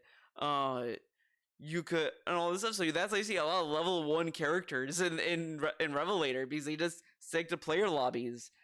Strive, people go to the play park sometimes, or they do ranked, but they mostly stay at the casuals. Because those characters are so hard to use and to be consistent online. That's got to be applauded. I don't know how they do it. I don't know how they could put up with that frustration when they're doing stuff and stuff is dropping. How you can put up with that, because it drives me bonkers. Maybe they live and learn. Me off. Live and learn. I became to a determination at the end of last night. I was like, not that it was a bad stream, because it really wasn't. But basically, it was money-wise. I feel I shouldn't spend as much time on this game in the next 3 weeks, because remember, he was already gonna like lower the amount of coverage for this game anyway. This is a nothing announcement. Tekken 8 comes out on the 26th. All right, and when Tekken 8 comes out, I'm going to be playing that, covering it big time. We're going to be doing the story. We're going to be doing various characters in training mode, going online, whatever other modes there are. I'm going to be giving it full coverage like I do new fighting games, and I will make an effort to try to learn it. Now, I'm not saying I'm going to get great at it because I don't think I will. I'm just being honest with you. Why do you just play for fun? I'm not a Tekken player like I am a Street Why do you Fighter need to be a Tekken player? Over 2 decades. Like, why do you need to be a Tekken player to be good at Tekken? You can just be good at Tekken. Like, I wasn't a Guilty Gear player when I started playing Guilty Gear, and I enjoyed that game. 3 decades of knowledge under my belt that I could say I have. It's just impatience from him. He just doesn't want to put the time. That's really all it is, and that's fine. If he just wants to play casually, that's fine. But then just don't give a fuck when you lose. I don't know. Installed base of practice and experience that I can apply to any Street Fighter game, so I can go in at a ground level that's kind of higher than most people because of that level of experience. With Tekken, I mean, I played the originals, and then I dropped them around Tekken 4, and I haven't really played Tekken seriously since. So you're talking an entire 10, 15 years, if not more, of games of Tekken that I never played competitively, and I missed out never on. played them, man. Tons of gameplay mechanics, like the parries and the crazy juggles and the OTG ground bounces and the wall bounce mechanics. The only thing I remember from Tekken 7 is that he called a lot of characters anime characters, and that really pissed him off. The last one, Tekken 7, I ate a super. Remember, they have a new move. It's not called a super, but it basically is a super move. Those were a new addition. I literally ate super. 9 times out of 10, someone did it. It would just hit me because I'm never expecting that in Tekken. I'm like, there's supers in Tekken? Since when? Well, it was the new mechanic, and I got hit by it every single time. But this is... what? What? You never played a Tekken game, so why would these new features stump you then? And then he's like, oh, it's like a super from Street Fighter. So you know what it is then. This is really embarrassing. I would not brag about this one, Phil. So yeah. Yeah. It drove me bonkers, and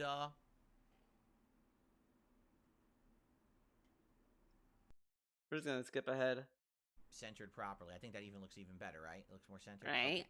So anyway, I don't think I'm going to be great at Tekken at first. Maybe in time if I give it the time. But with 3 weeks left before Tekken 8, let's not go crazy with give it the fighting time. Let's play Street Fighter once a week on Friday nights. Okay? To give it a good send-off. You know, maybe some Blanca, probably go some more Dalsim. Maybe I'll bring back Honda for one stream. We'll see. But let's just give it a proper send-off. And then after that, I will go back to Street Fighter. When there's a new DLC character, I'll go back and check them out. When they do their seasonal updates, because they do these. They do seasonal updates where there's all new content in the game, and I'd like to go back to those as well. So I'm not giving up on Street Fighter. It's just I don't want to put that amount of time into it when really the fun has left the game. Really, unless I'm going to play this game insanely hardcore, man. buy a gaming PC to reduce my input lag and the amount of input This is I'm gonna be playing ridiculous. this game 5-6 times a week. I'm never going to get better at it because that's the level it's at now. You know, this is what happens with any fighting game. Typically, you're 7-8 months in. That's what it's become. Okay. It's basically just for the hardcore competitive players. Everyone else has dropped it. So that's the point we're at. The game isn't even a year old. Now, if this was any other game, like, 6-7 months, people are going to move on. If this was like Final Fantasy 16, oh, you see, the game's stupid. That's why. Friday Night Fights will continue, but more fighting game coverage coming at the end of this month with Tekken. Okay, Tekken 8. Good stuff. Good stuff. Again, this camera seems off. It's driving me nuts. Okay. Put it up and then dips a little. I went to work on DSP Throwback, which is my newly rebranded You went to work doing one video. Gaming, but I've rebranded the channel now for 2024. And what this channel is going to be is a legacy content channel. Now that my frame rate just dipped. Oh my god, man. What? Let's move on. First, I didn't like the camera angle. Now it looks like around with the resolution, but I don't think that's... Yeah, play with the resolution. Of what you got. Okay. Why am I in the dark? Oh my god, how long did this go? I don't get it. Oh my god, this is the hell, DSP man. Throwback channel. So for those who don't know, my old channel, and then we're going back to explaining what it is. Oh my god. 2016 was an unreal. He says, oh, so my old channel Q Gaming was DSP Throwback. Wait a second, hold up. Stall. Okay, guys, so Q Gaming, my old channel where I did highly edited reviews, countdowns, series, and things that basically took a lot of time. It wasn't live gameplay. It wasn't streaming. It was edited style on-demand videos. It did really well for a year. Okay? Really well for a year. And then what happened? YouTube demonetized it for literally no reason. Every video I uploaded to the channel was already demonetized before it even went live. Okay. When I asked YouTube why, they gave me the form letter response of, here's what's not allowed for monetization. I said, my channel has none of that, so why are you doing it? And they would ignore me. So basically, I gave up on it. I used it as a backup channel for a while. Yeah. And those videos got monetized. How did that happen? Channel actually got hit with a bunch of nonsense, and I was not able to upload to it for like a month. So I used it as a backup upload channel, and I got the monetization back at that point. That was around 2018. But I haven't used that channel since 2018. over the last few years, you guys have asked me, Okay. would you ever upload your lost playthroughs, your lost media? I am kind of glad he at least said he got monetization back, but it was such a nonchalant thing to say. Content, Whatever. like Final Fantasy 13 or Red Dead Redemption or LA Noire. And I said, well, if I could find them, I went to my closet and found them. Okay? So I explained the whole idea of this new DSP throwback channel yesterday on this show. If you didn't see it, I recommend you watch yesterday's show. It'll fully explain it. So last night, I went over and KO Gaming has now been rebranded. It's now DSP Throwback. So you can actually... By the way, I almost forgot this. Almost. This little logo, when I first looked at it, just at a glance, you gotta understand, it was just a pure glance. It looked like a swastika. Because like it has like the sharp edges and it's like, you know, in that weird shape, you know? So I'm just thinking like, did he like upload a swastika? Like it's a very suspicious shape. Like the more I look at it, the more suspicious it looks. I'm like really, really like thinking this might be a troll thing. Because look how weird the shape is. And it doesn't make any sense why it's there. And the colors. Look at the colors. So like a lot, like, you know what I mean. It's really weird. It's a really weird banner. And this is the banner we got. Oh, okay. Now it's youtube.com. And we're doing the finger shit again. Throwback. If you're interested in this new project, and if you're interested in seeing the legacy content come back in a new, creative, and more modernized way, please go over there, give it a look, and please subscribe to the channel, all right? So last night I did a vlog. It was only about 10 minutes, and all it did was explain the premise of the channel. And I want to say thanks. Within 24 hours, or excuse me, within 12 hours, the video already exceeded 1,000 views and is climbing. That's great. It shows that there is some initial interest in the channel. Dude, you upload one video. Of course it's going to be interest because you uploaded it. Subscribers and climbing. So there are people who are interested in seeing this project. Okay? Okay. So, last night, after I had uploaded that video, I said, hey, I think I am going to upload the first, I don't know, let's say 2 hours of my Final Fantasy 13 playthrough. Okay? No, by you didn't. Those videos, I can check and see, are there any issues with them on YouTube? Because if I'm going to work on this channel and I'm going to edit those videos together into, you know, longer videos, if I'm going to... You're not editing it though. A fan is stupid. Run them through filters and processing to make filters and processing better. I need to make sure the content is okay, right? Oh my God. YouTube's gonna accept the content. What about copyright issues and all of that, right? So, I uploaded. Why are we taking for copyright issues? I thought we don't have those anymore, Phil. You said so yourself. Come on. About 11 or 12 videos to the channel just to do a test. First thing I noticed, already there's a problem. Okay. So here's a big difference from how videos used to be done back in the day versus how they're done now. Oh my God. So back in the day, when you used to upload to YouTube, okay, you would open your uploading queue. Can we save this for the DSP throwback stream where we talk about old YouTube? 10 videos to upload in a day. So you would queue them all up. You would select all 10 videos, drag them into this window, and what YouTube would do, it would start uploading the first video, and you would order them in the order you want them to go live. So you.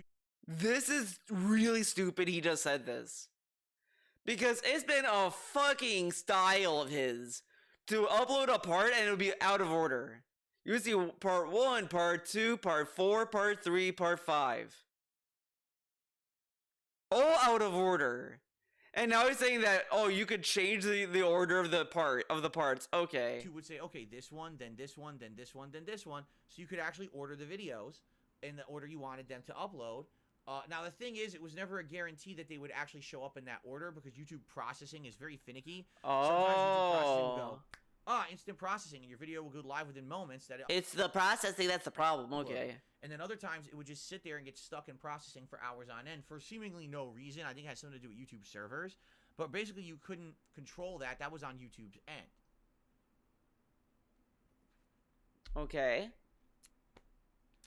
So it used to be you could somewhat control the order that videos uploaded and went live on YouTube. It just wasn't foolproof, okay? Okay. Today, YouTube changed this. It was about maybe 4 or 5 years ago. YouTube changed this whole process. Now, let's say I want to upload 10 videos, okay? So I start uploading one. I put all the data in. I start uploading the next, and immediately it starts uploading that one too. Wait, what? Are you fucking kidding me? Dude, you've been uploading videos to YouTube for years. You just noticed this? X the doubt. He uploads multiple parts. What the fuck are you talking about? How do you not know this? This dude's an idiot. So the way it works is, it used to be it would upload one whole video in its entirety, then move on to the next. Upload that whole video in its entirety, then move on to the next. Now, and this dude is having you believe he babysits the videos or he sits there uploading videos when all he's doing is just uploading them all, then leaving the office. Because how does he not know this? YouTube tries to simultaneously upload all the videos at once. So if you try to queue up 10 videos to upload, it'll literally begin uploading all 10 videos at the same time. So number one, it kills your bandwidth. If you have, you know, good upload speed, which I do, it can handle it. But imagine if you don't have good upload speed. It just destroys your internet. And it makes... This dude is ridiculous right now. He uploads like 3 videos a day for the morning stream, then 3 videos at night. So like 6 videos, let's say, a day. Whatever. Everything insanely slow. It used to be, okay, one video would upload, it would take, what, 20 minutes? Then it would go to the next part. It would upload in 20 minutes. Then it would go to the next part. Now, because you're uploading all at once, it decides, oh, it'll all upload at once. Now everything's slow. And that's why sometimes what's happened is after my first stream here, I'll queue up this podcast and a few parts of the gameplay, and I'll just let it sit there and upload, and I'll go downstairs, have dinner, come back, and it's not... So you leave the office. I thought you stay there to upload videos. Even done uploading. And I'll be like, well, gives. Why didn't it finish? Because YouTube just decided to be slow that day. And because it was uploading all the videos simultaneously, it just lagged up and didn't finish. And that happens not all the time, but... Oh, now it's not all the time. Maybe once a week at least. Once a week at least. This dude is such a little bitch. A little baby. Oh, I can't, blah, blah, blah, blah, blah, blah. All this complaining. And it's all on YouTube. Why they changed their process for uploading videos, I don't know. So how did this affect me? Well, you got to remember something, okay? Oh, man. All of my legacy content is on incredibly old external hard drives. That is a ancient, I think it's maybe a Seagate hard drive from 2009. That is old technology, USB 2.0, man. old style hard drive, not even the mini hard drive, it's huge. This is a terrifying segment. So, it's already slow, and now you're trying to tell that hard drive to upload 10 files at once to the internet? Then why not just move the files from the hard drive to the computer, then from the computer to YouTube? Oh, that's too many steps. That's dumb. I just can't with this guy sometimes. And it's even funnier. He's saying he's got, like, another dude's remastering the videos anyway. So how's he getting it? Oh, man. You can handle that? Of course it can. So basically what happens is, I'll set it up to upload all these videos, and it'll just lag up. So I ended up having to restart. I tried uploading. It just, like, lagged up and wasn't working. So I had to restart. And basically, I had to maybe do 3-4 videos at a time tops. That was it. I couldn't have it, like, upload. Because like I told you guys, those videos are 10 minutes long. I wanted to upload, like, 2 hours of footage. That's 12 videos. Well, I can't do them all at once and walk away. I got to queue up 3 videos to upload, walk away, come back in an hour, queue up 3 more videos to upload, walk away, come back. Look how stupid this is. Normal people would be like, oh, I can only upload 3 a day or whatever the fuck. Okay, I'll just do that. And they'd move on and they live in peace. But DSP has to go, like, caveman mode about this. Like, dude, fucking shut up. Back in an hour, queue up 3 more videos to upload. Do you see what a pain in the ass this is? And this is just my initial attempt to get these videos online. it's already a pain in the ass. Now is he uploading to YouTube so then the guy can download the videos on his own? Is that how they're gonna exchange fucking files? I hope not. I knew from the moment when I was gonna start working on this, there was gonna be problems. All right. First thing I go to do, it's annoying. All right. So once I figure out this is how it's gonna be, I just can't queue up everything and walk away. I'm gonna have to actively be coming back to do this shit, which is very annoying. Very Some of the videos start to go live, and I have them as unlisted because the reason I'm doing this is to test the waters. These Final Fantasy 13 videos have not been on the internet for many years. So in those years, has YouTube cleared this kind of content? Dude, you upload videos now. You just said copyright is a thing of the past or whatever the fuck. There's other Final Fantasy 13 videos. There's all this stuff that's happening. And he's like, oh, could I do this? I don't know if I can do this, man. Like, dude, just fucking stop. Copyright issues? Are there other issues? Let's see what happens, right? So, all these videos... And it's so poetic, the problem that you ran into has nothing to do with the content of the video. That's like the cherry on top of this. Upload. And there's 11 of them, I want to say. Like 11 videos. Part 1 immediately gets flagged for copyright. Immediately. Okay. And I'm like, damn, that was fast. What is it? It's the intro song at the beginning of Final Fantasy 13. So the actual, like, intro theme song of the game gets flagged. And then it flags another part of the video. Get this. Content from Final Fantasy 13 Lightning Returns. But this isn't Lightning Returns. This is but it's the same game, and maybe they use the same track. Like Final Fantasy 13. So at some point, Square Enix flagged the music from the sequel, but it flags the same music when it plays in the original game. Okay, who cares? What? What? So how would I get around that? Right? Remember, this is for prosperity reasons, so I just want to upload this so you guys can have it, man. What? You got copyright flagged? Huh? The only thing I can think of, I mean, there's various things you can do, right? You could try to edit out the music. You could try to replace the music. Or you could just say, whatever, let it fly.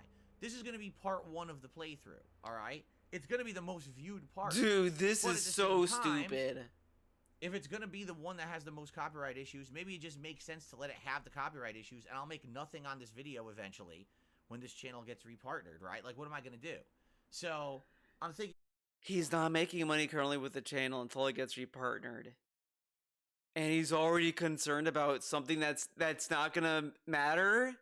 Like, when he gets partnership status, it's not like it's gonna, like, give you money for the back end, whatever. Maybe that's not so big of a deal. Maybe we just let it roll, so part 1 will never be monetizable, right? I don't know.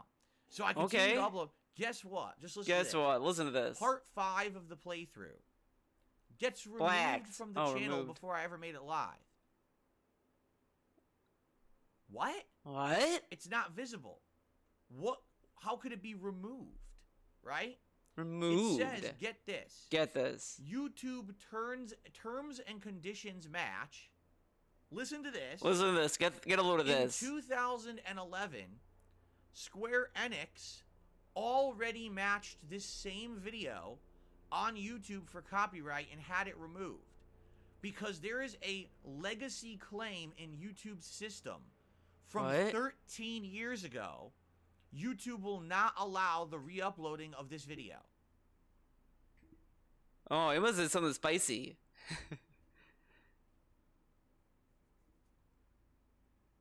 What? Okay, what? So, if you guys aren't aware, back in the day... Again, remember, this dude has said toxic content should never be allowed on the website. So what if it's toxic content? YouTube was a very different place, okay? There were companies that, for some odd reason, did not allow people to do Let's Plays of their games. They would actively strike down channels that played their games. Square Enix was actually one of them. That's why Final Fantasy 13 had been put on its own separate YouTube channel, And that channel, like, I didn't have any issues on it, but apparently over time, Square Enix did strike down some of my videos. I just wasn't aware, because All right. Sorry, I had to get some food, man. Because I never logged into that channel, right? I didn't care.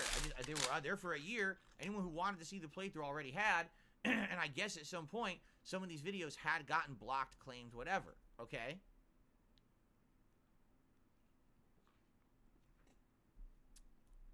But here's the thing. Since 2011, thousands of people have played Final Fantasy 13 on YouTube and not had their videos removed. So what gives? This is a legacy claim. At one point, Square Enix was striking people with these claims, and they don't do it anymore. They stopped. Just like every company stopped. Like Rockstar used to do it, they stopped. All these Nintendo used to do it, they stopped. Everyone stopped doing it. But YouTube system, that's not true. YouTube was only claiming videos. They didn't like shut stuff down. Claiming videos is not shutting stuff down. It's not the same. So outdated and stupid and automated, it recognizes a claim that's 13 years old as if it's a valid claim for today and says, therefore, you can never re-upload that video ever again. So I want you to think about that for a second. As if things never change in the law, things never change. You know what I mean? It makes no sense at all.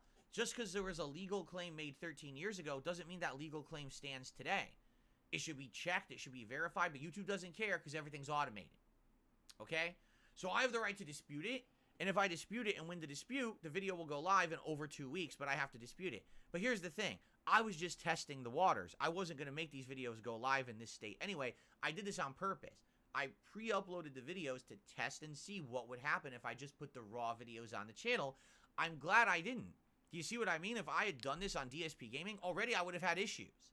You see, that's why I'm glad I did it this way. This is stupid. So he would just like these issues doesn't affect the channel.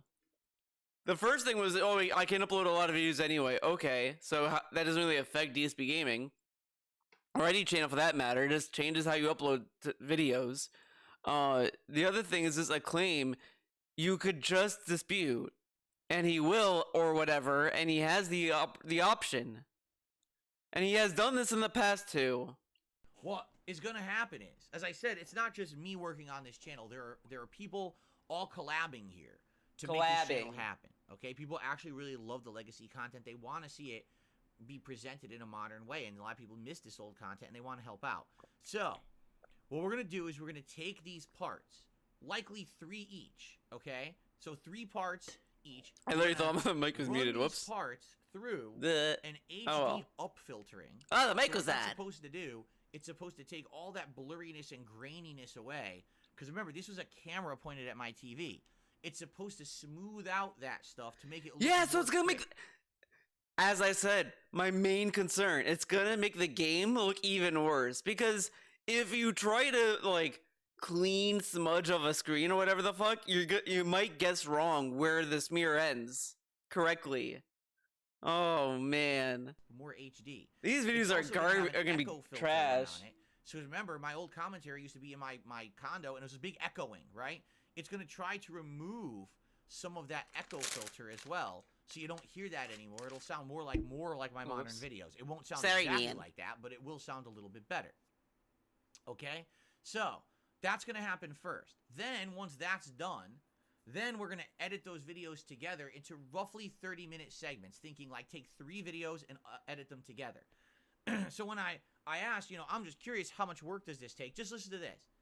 In order to do this, to run each video through, so a 10-minute video, okay, combined with the 2 others to make a 30-minute video, will take almost 4 hours of work.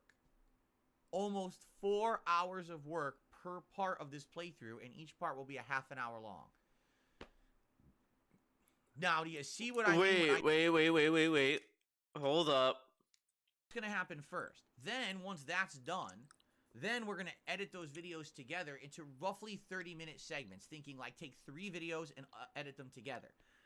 So when I asked, I'm just curious, how much work does this take? He asked, right? How much work will it take to edit the videos and all this? Listen to this. In order to do this, to run each video through, so a 10-minute video, okay, combined with the two others to make a 30-minute video will take almost 4 hours. 4 hours of another person's time. Look how stupid this is. Unless I understanding what he's talking about. But he's talking about putting videos together in 30-minute parts. It's going to take 4 hours. So that to me tells me the person who's editing these parts together is doing this. It's going to take 4 hours for them to do it. So it takes 0 minutes for Phil to do it because he's not doing it. Hours of work. Almost 4 hours of work per part of this playthrough, and each part will be a half an hour long. Now, do you see what I mean when I told you guys it's not as simple as you think? It's literally not just me tossing the videos online. It wouldn't work. If I just toss the videos online, some of them will be blocked. Some of them will be muted for copyright. We got to get around those issues. And then on top of that... Those things you can fucking dispute. He said he would dispute it. He has gotten copyright claims before. But this is a channel, he told us he doesn't care about money. And now it's, well, I need to make money off these videos, man. Why would I do it then? But I thought you did this for the prosperity. Or whatever the fuck. Oh, yeah, you lied, of course. To actually edit these into longer parts and all of that, right? Oh, man. It's a what ton an of idiot. work. So that's why this wasn't something I ever just wanted to rush into before I was ready. I wanted to make sure that everything was prepared properly, that it was being done well. And now that I'm doing it, I see, wow, look at all this work, right? Look at all this tremendous effort that's going to take to have this channel work. Ew. So, FYI, it's in process, okay? Basically, what's going to happen, here's what we're hoping. Once these videos are run through these HD filtering programs, the echo reduction programs, and once everything's edited together, it's not going to look like the old video anymore. It's going to look completely different. It's going to have different, I don't think that YouTube is going to match these videos to the old ones that I uploaded in 2010 and say, oh, this is a re-upload from a 2010 video. Dude. It would match it, and then the person who's it matching to would have to care. DSP, are you going to care about re-uploading your fucking videos? Ready was taken down by Square Enix. Instead, it'll recognize it as a totally new gameplay video, and it should be fine, okay? But it was because it's a different part. You're not gonna put part 5 up, stupid. You're gonna put it with another video. This is really stupid. I'm curious, because here's the thing. Now we know that particular part may have issues, so we gotta be ready for that. And maybe we'd have to cut a part out. What is it? I don't know. It might be experimentation. Now we can cut parts out. So it's not going to even be the real thing. This is going to be a fucked up legacy channel. Another DSP idea walked into the blender and never to look the same again. Like a part of that one video that YouTube is using to identify to a literally 13-year-old outdated claim from Square Enix, right? Is there something we can do to fix that? So it's all this work that has to be done, and that's why right now there's no videos on the channel, even though I uploaded all that. It's going to take a tremendous amount of work. I can't promise you guys when you'll see the first video, all right? I don't know. I would hope, we'd get some videos up this month, right? But I don't know. Right. And the thing is, if it takes this much work, just think about this. Think about it. I have 11 parts ready to go. So that's going to take, no lie, if it's 4 hours per 3 parts, right? So it's going to take like 12 to 24 hours of work. And that's active work. That's Whatever. Not, I'm just, I'm sitting here doing nothing. It's active work. So that's going to be probably days and days of work to weeks, right? So hopefully I'll get some parts up for you guys, but I don't know when, and I'm not going to make you any promises. I would love to say, hey, it'll be live in a week. It'll be live. I don't want to say nothing. It might be live tomorrow. It could be live in a month. I don't know. But it's being worked on, okay? Remember, guys, he doesn't want to announce stuff until things are ready. Does this sound ready? No, of course not. Attempt this and to see the process of how it's going. I'm actually very excited to see what the first video looks like when it has all of this, up filtering and echo reduction, everything done to it. I'm very curious to see how that will work out and how the video will look and stuff like that. So that's all in process, FYI. And I'll give you more information when I have it. Right now, that's where we're at. Okay? That's where we're at. And what I'm going to do is I'm going to try to do my best. I'm just going to get like that whole playthrough ready to go. So all the raw videos are ready to go.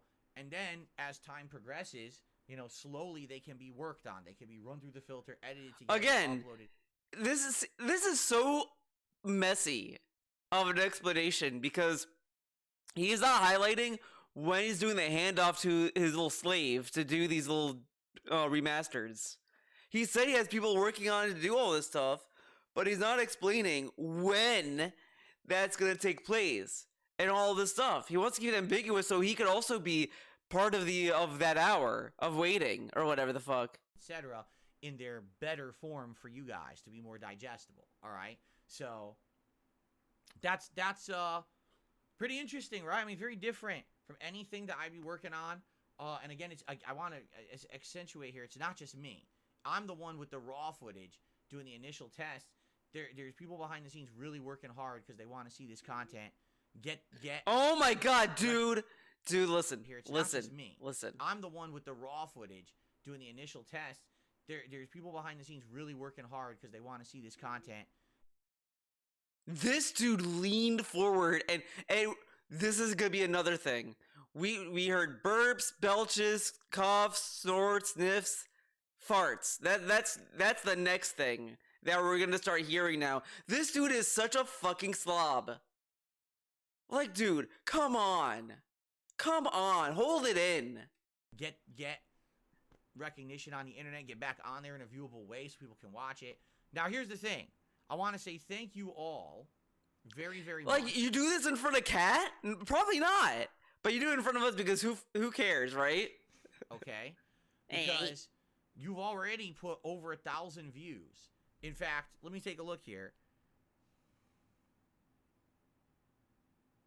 You should be bullied. Get him out of here. 1,400 views and climbing. And over 150 new people have subscribed to DSP Throwback since I announced it yesterday. So the announcement vlog in 12 hours, getting good viewership, and the people subscribing because they're excited for this project. That's cool.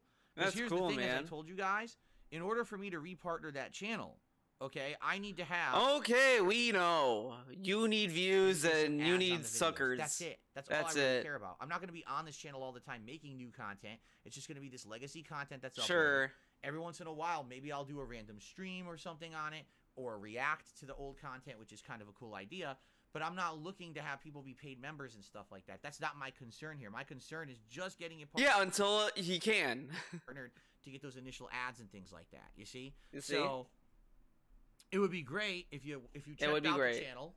If you could watch that, not only the announcement vlog, but maybe check out some legacy stuff. And obviously, once these first videos eventually hit the channel of Final Fantasy, it would be absolutely cool if you could give them a watch, even if you're not interested, and just give me some feedback on what you think. You know what I'm saying? Like, just let me know. Hey, do you like how the video looks? Do you like how the upscaler worked? How does it sound with the echo? Do you think this is an improvement? Like I said, these are going to be half-an-hour installments instead of 10-minute videos. Dude, again, we're listening to all those, like, fucking slams, dude. That will help. That will literally help a lot, all right? So check it out again, youtube.com/. And then we do the fucking hand grafts again. Please watch the announcement vlog. Please do this and do that. And edited content for a lot years later, but it took them like 2 years to make it better. But at launch, that game was a complete mess and a waste of everybody's money and time. And that video went viral and got over 1 million views. It was the most viewed video. Homefront the Revolution. Okay, yeah, wow, great video. That's the whole point. My content from the original Darkside-filled channel looks god-awful. But that's some of my oldest, most great legacy playthroughs. I have all of those files. And it's going to be ruined by fucking remastering it. And make a more digestible, modernized viewing experience for people on the DSP Throwback channel. Wow. New thumbnails. Wow. And that's the point. And then, of course, I could eventually go there and do other content with it. Like I said, I could do a react to that content and say, what I think about it and stuff like that. That'd be cool, right? So that's the whole idea. All right? So I hope that sounds good. Please give it a look. Sounds awful. To watch besides the legacy content. Let's move forward and see what happens. All right. Let's move on positively. Again, this is one of many things that are going to happen this year. It's the first one. It's the one that's the furthest along.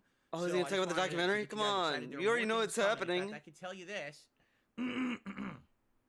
there is something else coming new, all right, that you guys are going to be very interested in within the next couple of weeks, all right? And I'll talk about it when I'm ready. Oh. But it's going to be a surprise, and that's why I really don't want to spoil it. But it's something very cool that I think you guys are going to enjoy, all right? So, oh, you know what? You know what it's going to be? It's going to be that stupid-ass LED light thing he talked about. I guarantee it's that. Future things coming this year, soon, but not yet. Not yet. Okay. All right. So I worked last night on DSP Throwback. I literally was uploading videos like late, and that's why I didn't get to work on the whole best of 2023. Okay. Basically, I'm curious tonight what's going to happen with Like a Dragon, so let's talk about today. Oh, man, we're not doing schedule. I really have like no recollection of what you're talking about. A Resident Evil game where you have to drop items on the ground and pick them up. I don't remember that. Man, he doesn't remember this.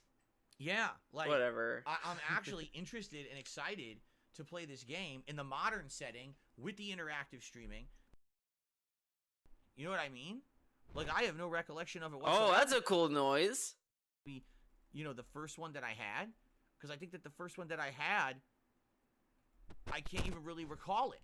You know what I mean? Very cool. Like, I have no recollection of it whatsoever. This is so cool. So, oh, what a nice noise. It noise. goes well, and it's probably my least remembered Resident Evil game of all time. Wow. So it'll be good to actually replay it and have a good time, maybe, you know, feeling like it's really yeah. Does he remember he played on hard? Probably not. Offline style of content, I wasn't enjoying it anymore. That's why I started KO Gaming. Oh my diversify god. my content and do different stuff, you know? Shut up. Oh.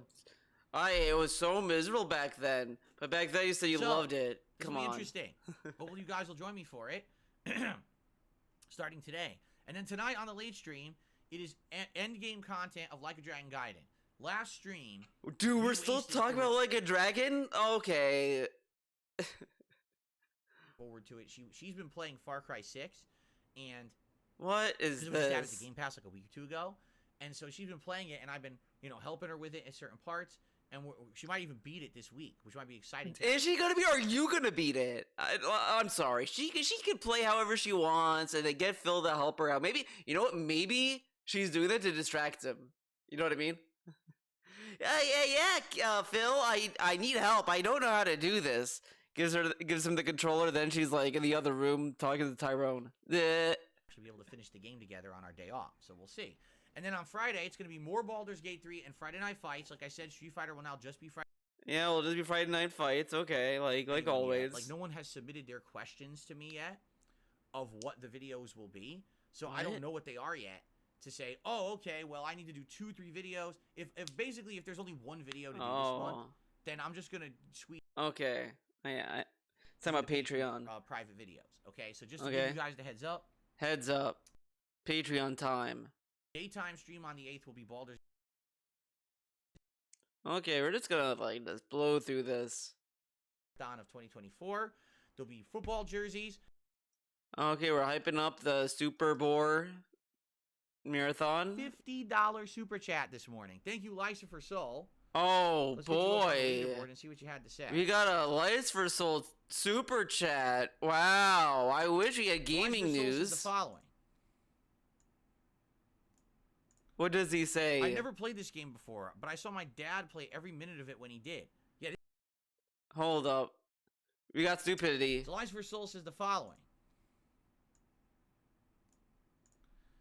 I never played this game before, but I saw my dad play. Oh, okay. I thought you said I'd never seen this game before. I'm like, wait, what? Wait a minute. Yeah, this game is old, right? Isn't Resident Evil 0 from the early GameCube? 2000s GameCube. And wasn't it like a GameCube game? Yeah. If I remember correctly. I'm trying to remember because wasn't one of them like a GameCube exclusive for one time? Two of them. And then there was because 0 and Remake were. Oh my god! No, we're not doing this. I'm already annoyed. Oh, is Code Veronica a game? I think it came out on the SNES. Oh yeah, so if you missed out on yesterday's podcast, oh yes, we have all cool Dark. Dark got him out of there. Cool animations now, new animations. Ah yes. They're fine. No one's tipped yet. Okay. No one tipped yet. What happened? If you want to chat, you can tag me in the chat. Tag him in the chat or get the fuck A out. little bit of extra time before. A little bit of extra time. He just said that, but we're gonna say it again. Yeah, keep in mind I missed out on all these Resident Evil. Oh my Last one that I god. played was 2. I never played 3. I never. Okay, but you hate on 3 so somehow. many PS2, GameCube, original Xbox era games. It wasn't until like Xbox 3 Yeah, okay. sweater from a million years ago. Why did you buy so many Christmas, we bought him one of PS2s? those Whatever. collars, and it was like a big bow with like a collar, festive collar. It was colorful. Why are you getting a male cat a bow collar? Jasper is a man. Stupid. Wow, we should save Jasper. Save Jasper. Put it on him. He hated it and ripped it off within like 5 minutes. Good. Since then, we just don't bother. You can tell certain cats like stuff and certain ones don't. He doesn't like that kind of stuff. So Good. We don't torture him with it. Well, I mean, you Oh, torture him with a cheater. lot. Like you're there, I don't have a most memorable playthrough. Iron Gall. So many playthroughs in 15 years. dude. It's hard to Dude, fuck you, you liar. He fucking was like sucking the dick of fucking Heavy Rain for so long. Oh, this game put me on the map. remember all of them. There's so many different Stupid. ones, awesome moments, but I don't Come have a personal, on. like memorable favorite one. I have no personal memorable My favorite stuff. Resident Evil game, probably of all time, is still the original Resident Evil 1. Oh man. Whether it was the PS1 version or the remake that we actually played a year ago, Yeah. one, but it's still my favorite. Is this going to take, let's say this takes 15 hours, so that's 5 streams. Let's say I do a stream now, 2 streams next week, and 2 streams the week after. We're already going to have very little time before the new releases hit. So I don't think we would have time for another Resident Evil, honestly. This dude said, "Oh, he could do 0 and Code Veronica." Now he just can't do both. I don't think time Interesting. will permit it. Time Keep won't in mind permit that it. I'm balancing this with Baldur's Gate 3. It's not the only game that I'm playing. No See Real Vibes literally asks us the same question. He says, "Would you play Code Veronica soon?" And again, When he has free time. okay. Okay. We're just Different gonna. opinion on what my best playthroughs are. Okay, people have opinions. Okay. From 1 Minute Man, thank you very much, 1 Minute Man, What for do the you- $20 tip. I want to like to personally, once again, thank you for supporting all of my content the way that you do, because you do. Did you go back to not regularly talking? Support my content in Oh, many that'd be different so ways, and cool. I really appreciate that. Oh, he says nothing. I guess.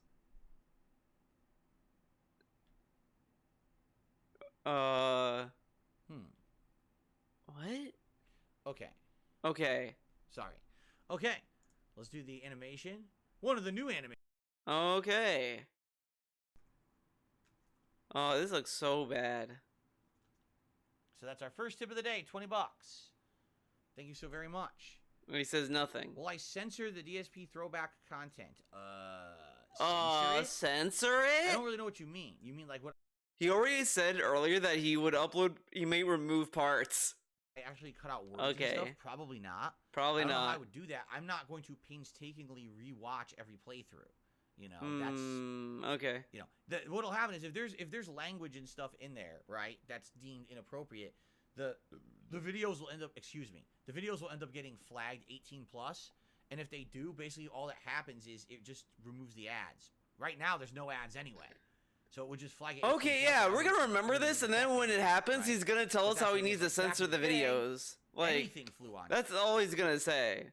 Oh, I'm gonna let it fly, but Right. then he'll just So- censor it anyway. I think it'll be fine.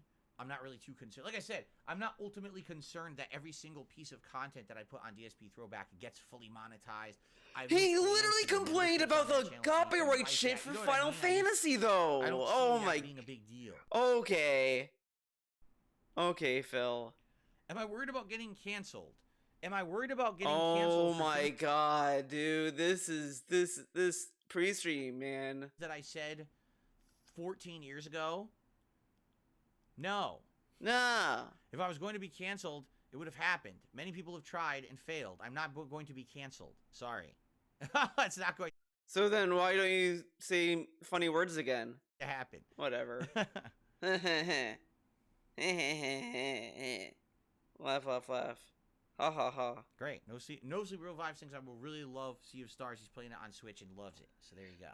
Oh boy, see Quite frankly, crap. Uh-huh. is a legacy way to support my content. Oh okay? my Being honest god, here. legacy It's way? really not active. It's the way my Patreon works is if you Dude, this is really disgusting. Just sit there and be like, oh, Patreon is legacy support, and you know, it's just there, man. Just give me free money and I'll do nothing, and except for Slayer, he gets a video from me. So then it's not really legacy or anything then. Whatever. wanted to contribute without is being part of stupid. the stream, that's one great way to do it. A lot of people who are just on-demand video watchers and never attend a stream will just pledge to my Patreon once a month to help out. Or if you're someone who actively wants to get one of these private videos made, whether it be a private react, right? Whether it be a Q&A video. Okay. It even references Ask the King on there. Oh, I know. I totally know. And the funny part is... So then why don't you change it then? Like, dude, there's so many Patreons that are literally there just for, like, tips. Literally just like, oh, if you want to, you know, put money in and don't care what you get or whatever the fuck. There's literally Patreon that's just like, okay, $1 you don't get, you know, tip jar pretty much. And then it's like, the higher stuff they give you stuff, like, they might give you, like, a, work in preview or whatever the fuck if they're an artist or a special video podcast, whatever the fuck. But this dude just has these rewards, won't change them at all.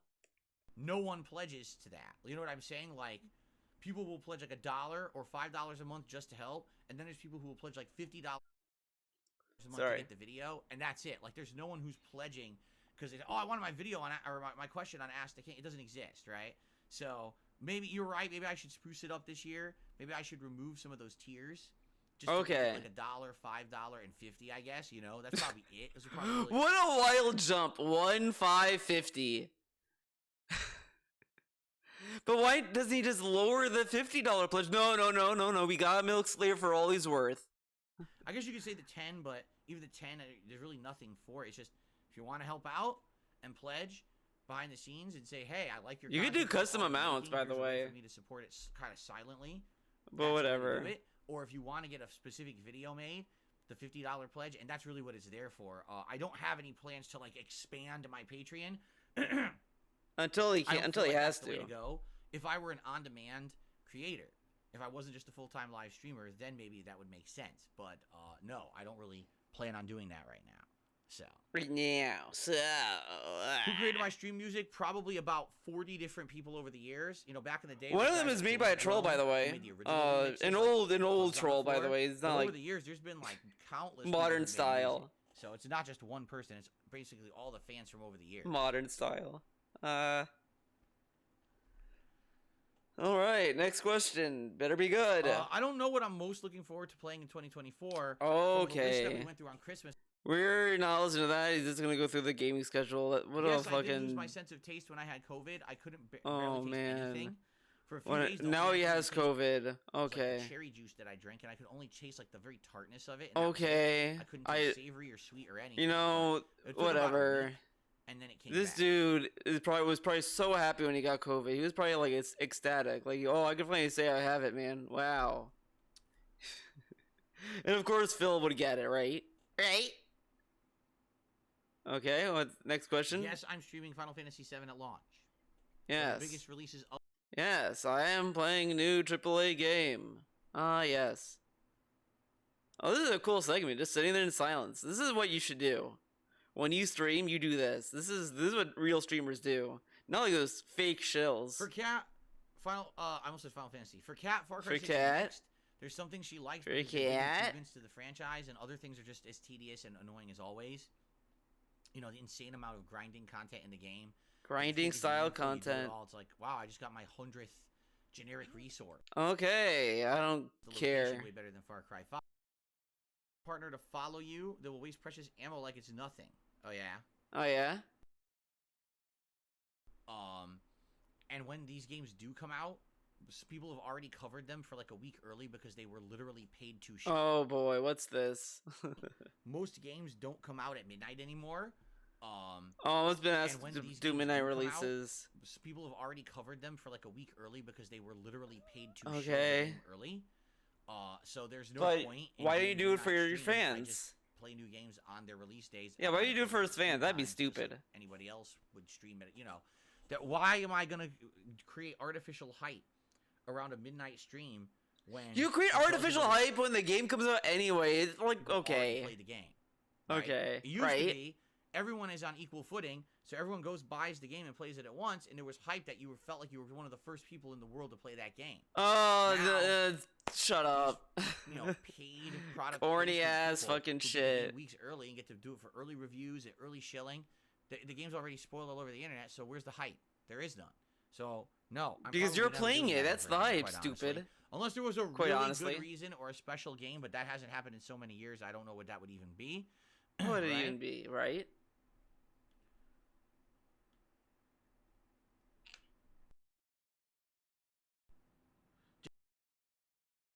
I played 8 years ago, and now how is it? I don't even remember it. Right? Right. Wow, this is my favorite OG playthroughs of yours are Fallout 3, Mass Effect 2, and The Vanishing of Ethan Carter. There you go. Do you know what that is, Phil? Man, Ethan Carter. See, here's the problem with the Fallout 3 playthrough. I left the music in. Oh no, what a problem. We got a situation I bet here. You can't even watch it, right? Right? How much you want to bet that it's almost unwatchable? That most of the videos are muted from Right? playthrough is like destroyed or not? Destroyed? Okay. That was an interesting phase. I replayed the game, and I had like serious amounts of videos that I uploaded. Okay, we're just gonna keep skipping. Of making it more modern because I think the music. How would I remove all the music? Why would you want to remove the music, stupid? It's part of the fucking game. So many characters, so many abilities, right? Really unique. Oh. Fallout 3 with mods. If they ever do the remake, maybe they'll enable mods. Oh my god, Fallout 3 with mods to get rid of the music. What? I know what you're saying. Maybe like Fallout 3 on my mini PC. I wonder how it would run. Man, I really wonder. How would Fallout 3 run on my mini PC? I don't know. It's such an old game. But, you know, with the mods and stuff to make it more modernized, I wonder how that would work. Huh. Too bad you won't find out. Right? This is very chill. Ooh. Oh! Oh my goodness. Oh my god. Oh, I love being here. That's why I'm yawning. Fallen Angel says, I remember actually burning to disk your Fallout. Okay, let's just keep going. I was into all the Super Nintendo RPGs. So okay, cool. That's why. Later on in the 2000s, I got caught up and I played a lot. Got caught up. Yeah, I got caught up all right. I'm not playing Lords of the Fallen because no one wants me to play it. There's your answer. There's your answer. Hype playing it, by the way, but you won't play it. Very cool. Why not? Why not? Didn't want to know what that was for. Who cares? Oh man, more dead air. Oh boy. Alright guys, anything else? Anything else? You sat in silence. Did I say feminine men? Yes. Excuse me. Effeminate men. I used the wrong word. I should have said effeminate men. What? Isn't it weird that like in all of those like romance stories that are like the anime-ish games and stuff, it's always like the guy is like super girly, like a J-pop or K-pop. Oh my god, dude. Like, what are you talking about?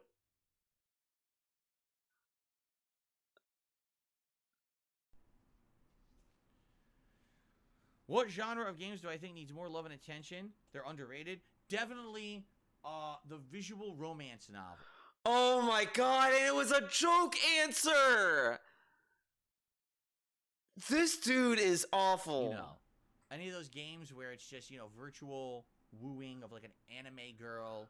Virtual anime girl. Ah. Oh my god, man. This dude, man, needs to be shoved into a locker so bad. A guy that looks incredibly like feminine and let's hear it again. Novels, you know.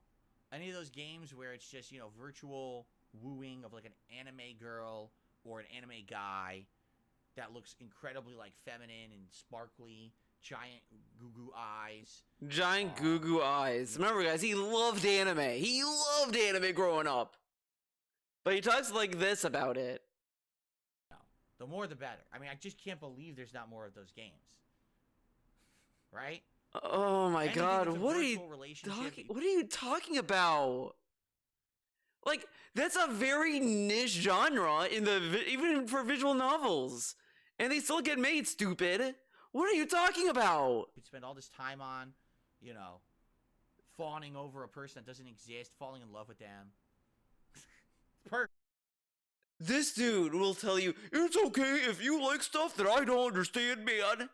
And then he's like talking, and then he's like kind of making fun of a genre he doesn't even play or care about. And then makes fun of like anime games for having a romance option. Like, what if you just want to have fun and they just want to like just fuck around and like a character and they're like, oh, we'll just do this in the game. Like, who fucking cares? If you don't like that, that's fine. But this dude played Persona. He loved Persona 4. He loved that fucking game, and that game is like the most tropey-ass anime game you could fucking find. And he's like, yeah, man, Persona 4 is pretty good, man. Oh, but these anime games is like romance and blah, blah, blah. Like, come on. Perfect. Great. For society as a whole, just do we need more of those? I feel like that would really help out. What the fuck is this? It gets worse and falling worse. Over a person that doesn't exist, falling in love with them.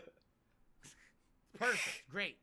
For society as a whole, just do we need more of those? What the fuck does society have to do with these games? He's acting as if this is like that these games would like make a whole society degenerate. Like, dude, what era are you from? Like, he really talks like one of those boomers that like saw Elvis dancing on TV and was like, that's the devil's work. Not my household. I feel like that would really help out. What the? Why not? And we get the meaningful video games to be meaningful and change society bullshit. Like, shut up. You're playing Sea of Bitches, dude. Alright, is anything Sea else? of Trash.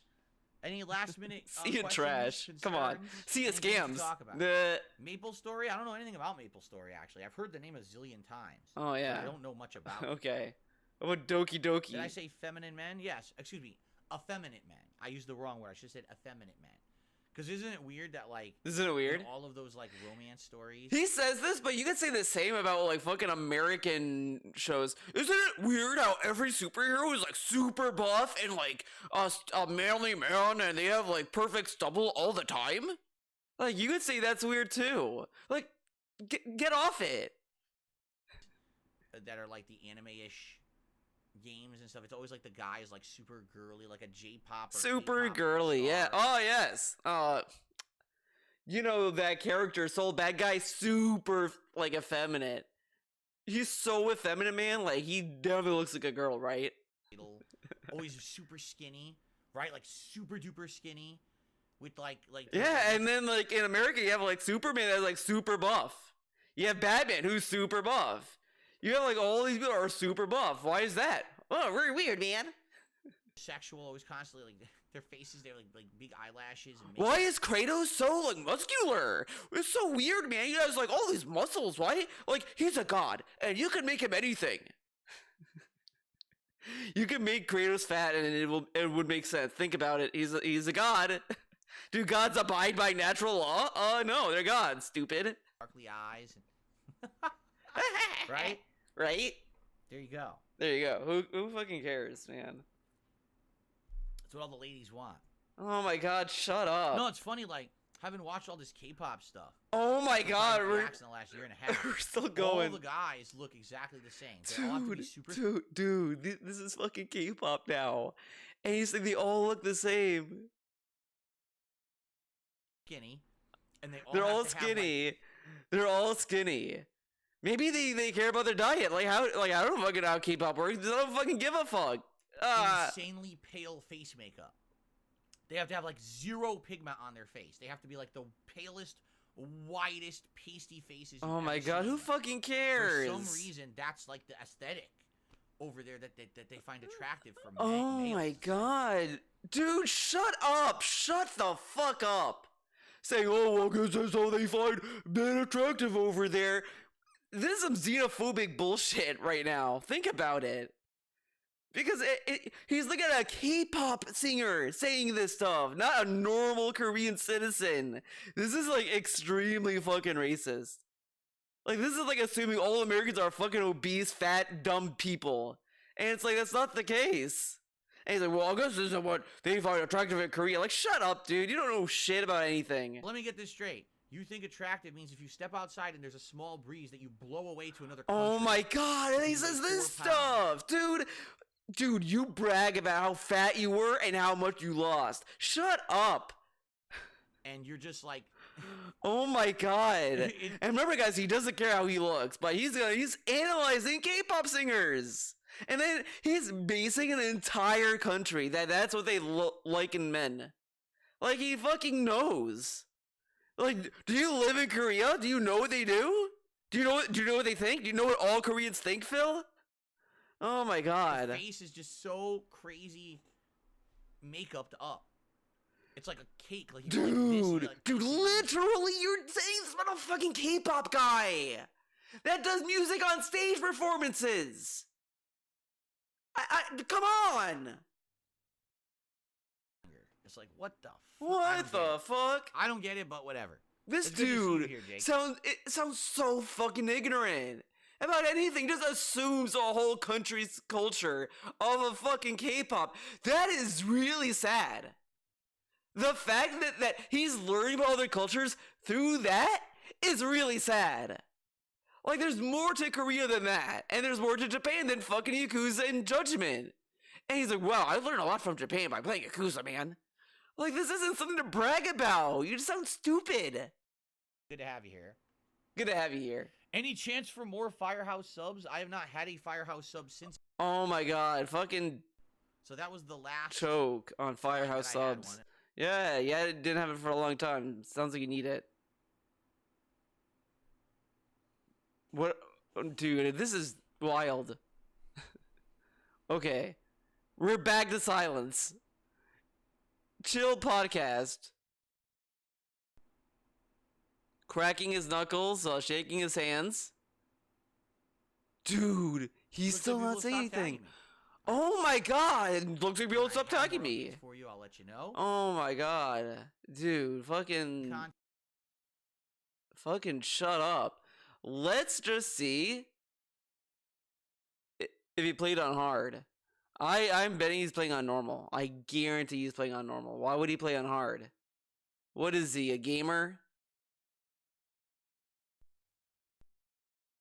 Oh man, nice long ass fucking break. Want to see the combat with story elements, right? Right. So that's why I just haven't really been that interested in playing it. Honestly. Okay, let's skip ahead. Rebecca got in the mansion when. Yeah. Okay, here's the thing.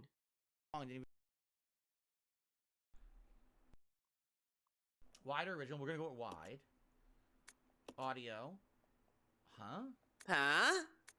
Subwoofer? What the hell? I'm gonna go home theater. I don't know how it's gonna work though. Okay.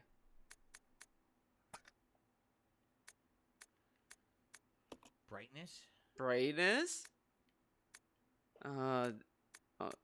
We'll do 55. We'll do a little bit of extra. And we'll do English and subtitles on. Fair enough.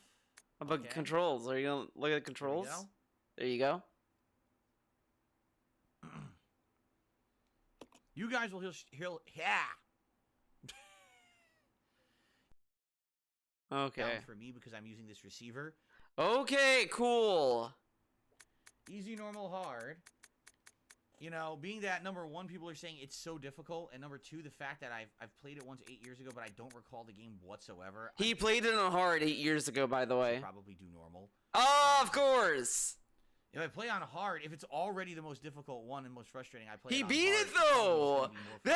That's the thing. He beat it on hard. And now he's like, oh, I don't know I can do it, man. Like, it's not gonna be fun if I'm just pissed all the time, right? Right. So I'm probably just gonna do normal. Everyone in the chat, of course, is saying play it on hard. Of course, right? Of course they would want a more unique playthrough. I'm not giving it to them. What a bunch of idiots. We're doing on normal. People are saying you played it on hard the first time. Yeah, but I don't believe you. He could literally check. He could literally check that. He has the video. I didn't go back and watch my original playthrough, so I totally don't believe you. Of course. On PC, Says, greetings to DSP in the stream. How's everyone today? Here's a Resident Evil 0 haiku for... Oh my god, dude, just pick a difficulty. That's the first time I ever noticed that. Why does the logo have... It's Resident Evil 0. Oh my god, are you stupid? Oh. Dude, he doesn't want to play this game. 0. 0. RZX says, you played on hard. Everyone give you shit for unknowingly playing Resident Evil 1 Remake on easy. Don't play it on hard. There's less ammo. Enemies are tougher. Oh my god. Dude, if you're gonna pick normal, just pick it. Wait. Easy? Okay, we're gonna play it on easy. That sounds even better, actually. Right? Oh, the banger joke. You know I'm gonna regret this. And then everyone's gonna... Oh, he did it on hard. Wow, he did it on hard.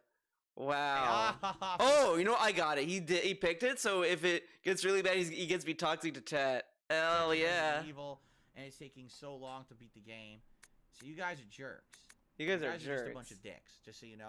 Bunch of dicks, man. Oh, he's getting up. What's going on? Must be a break.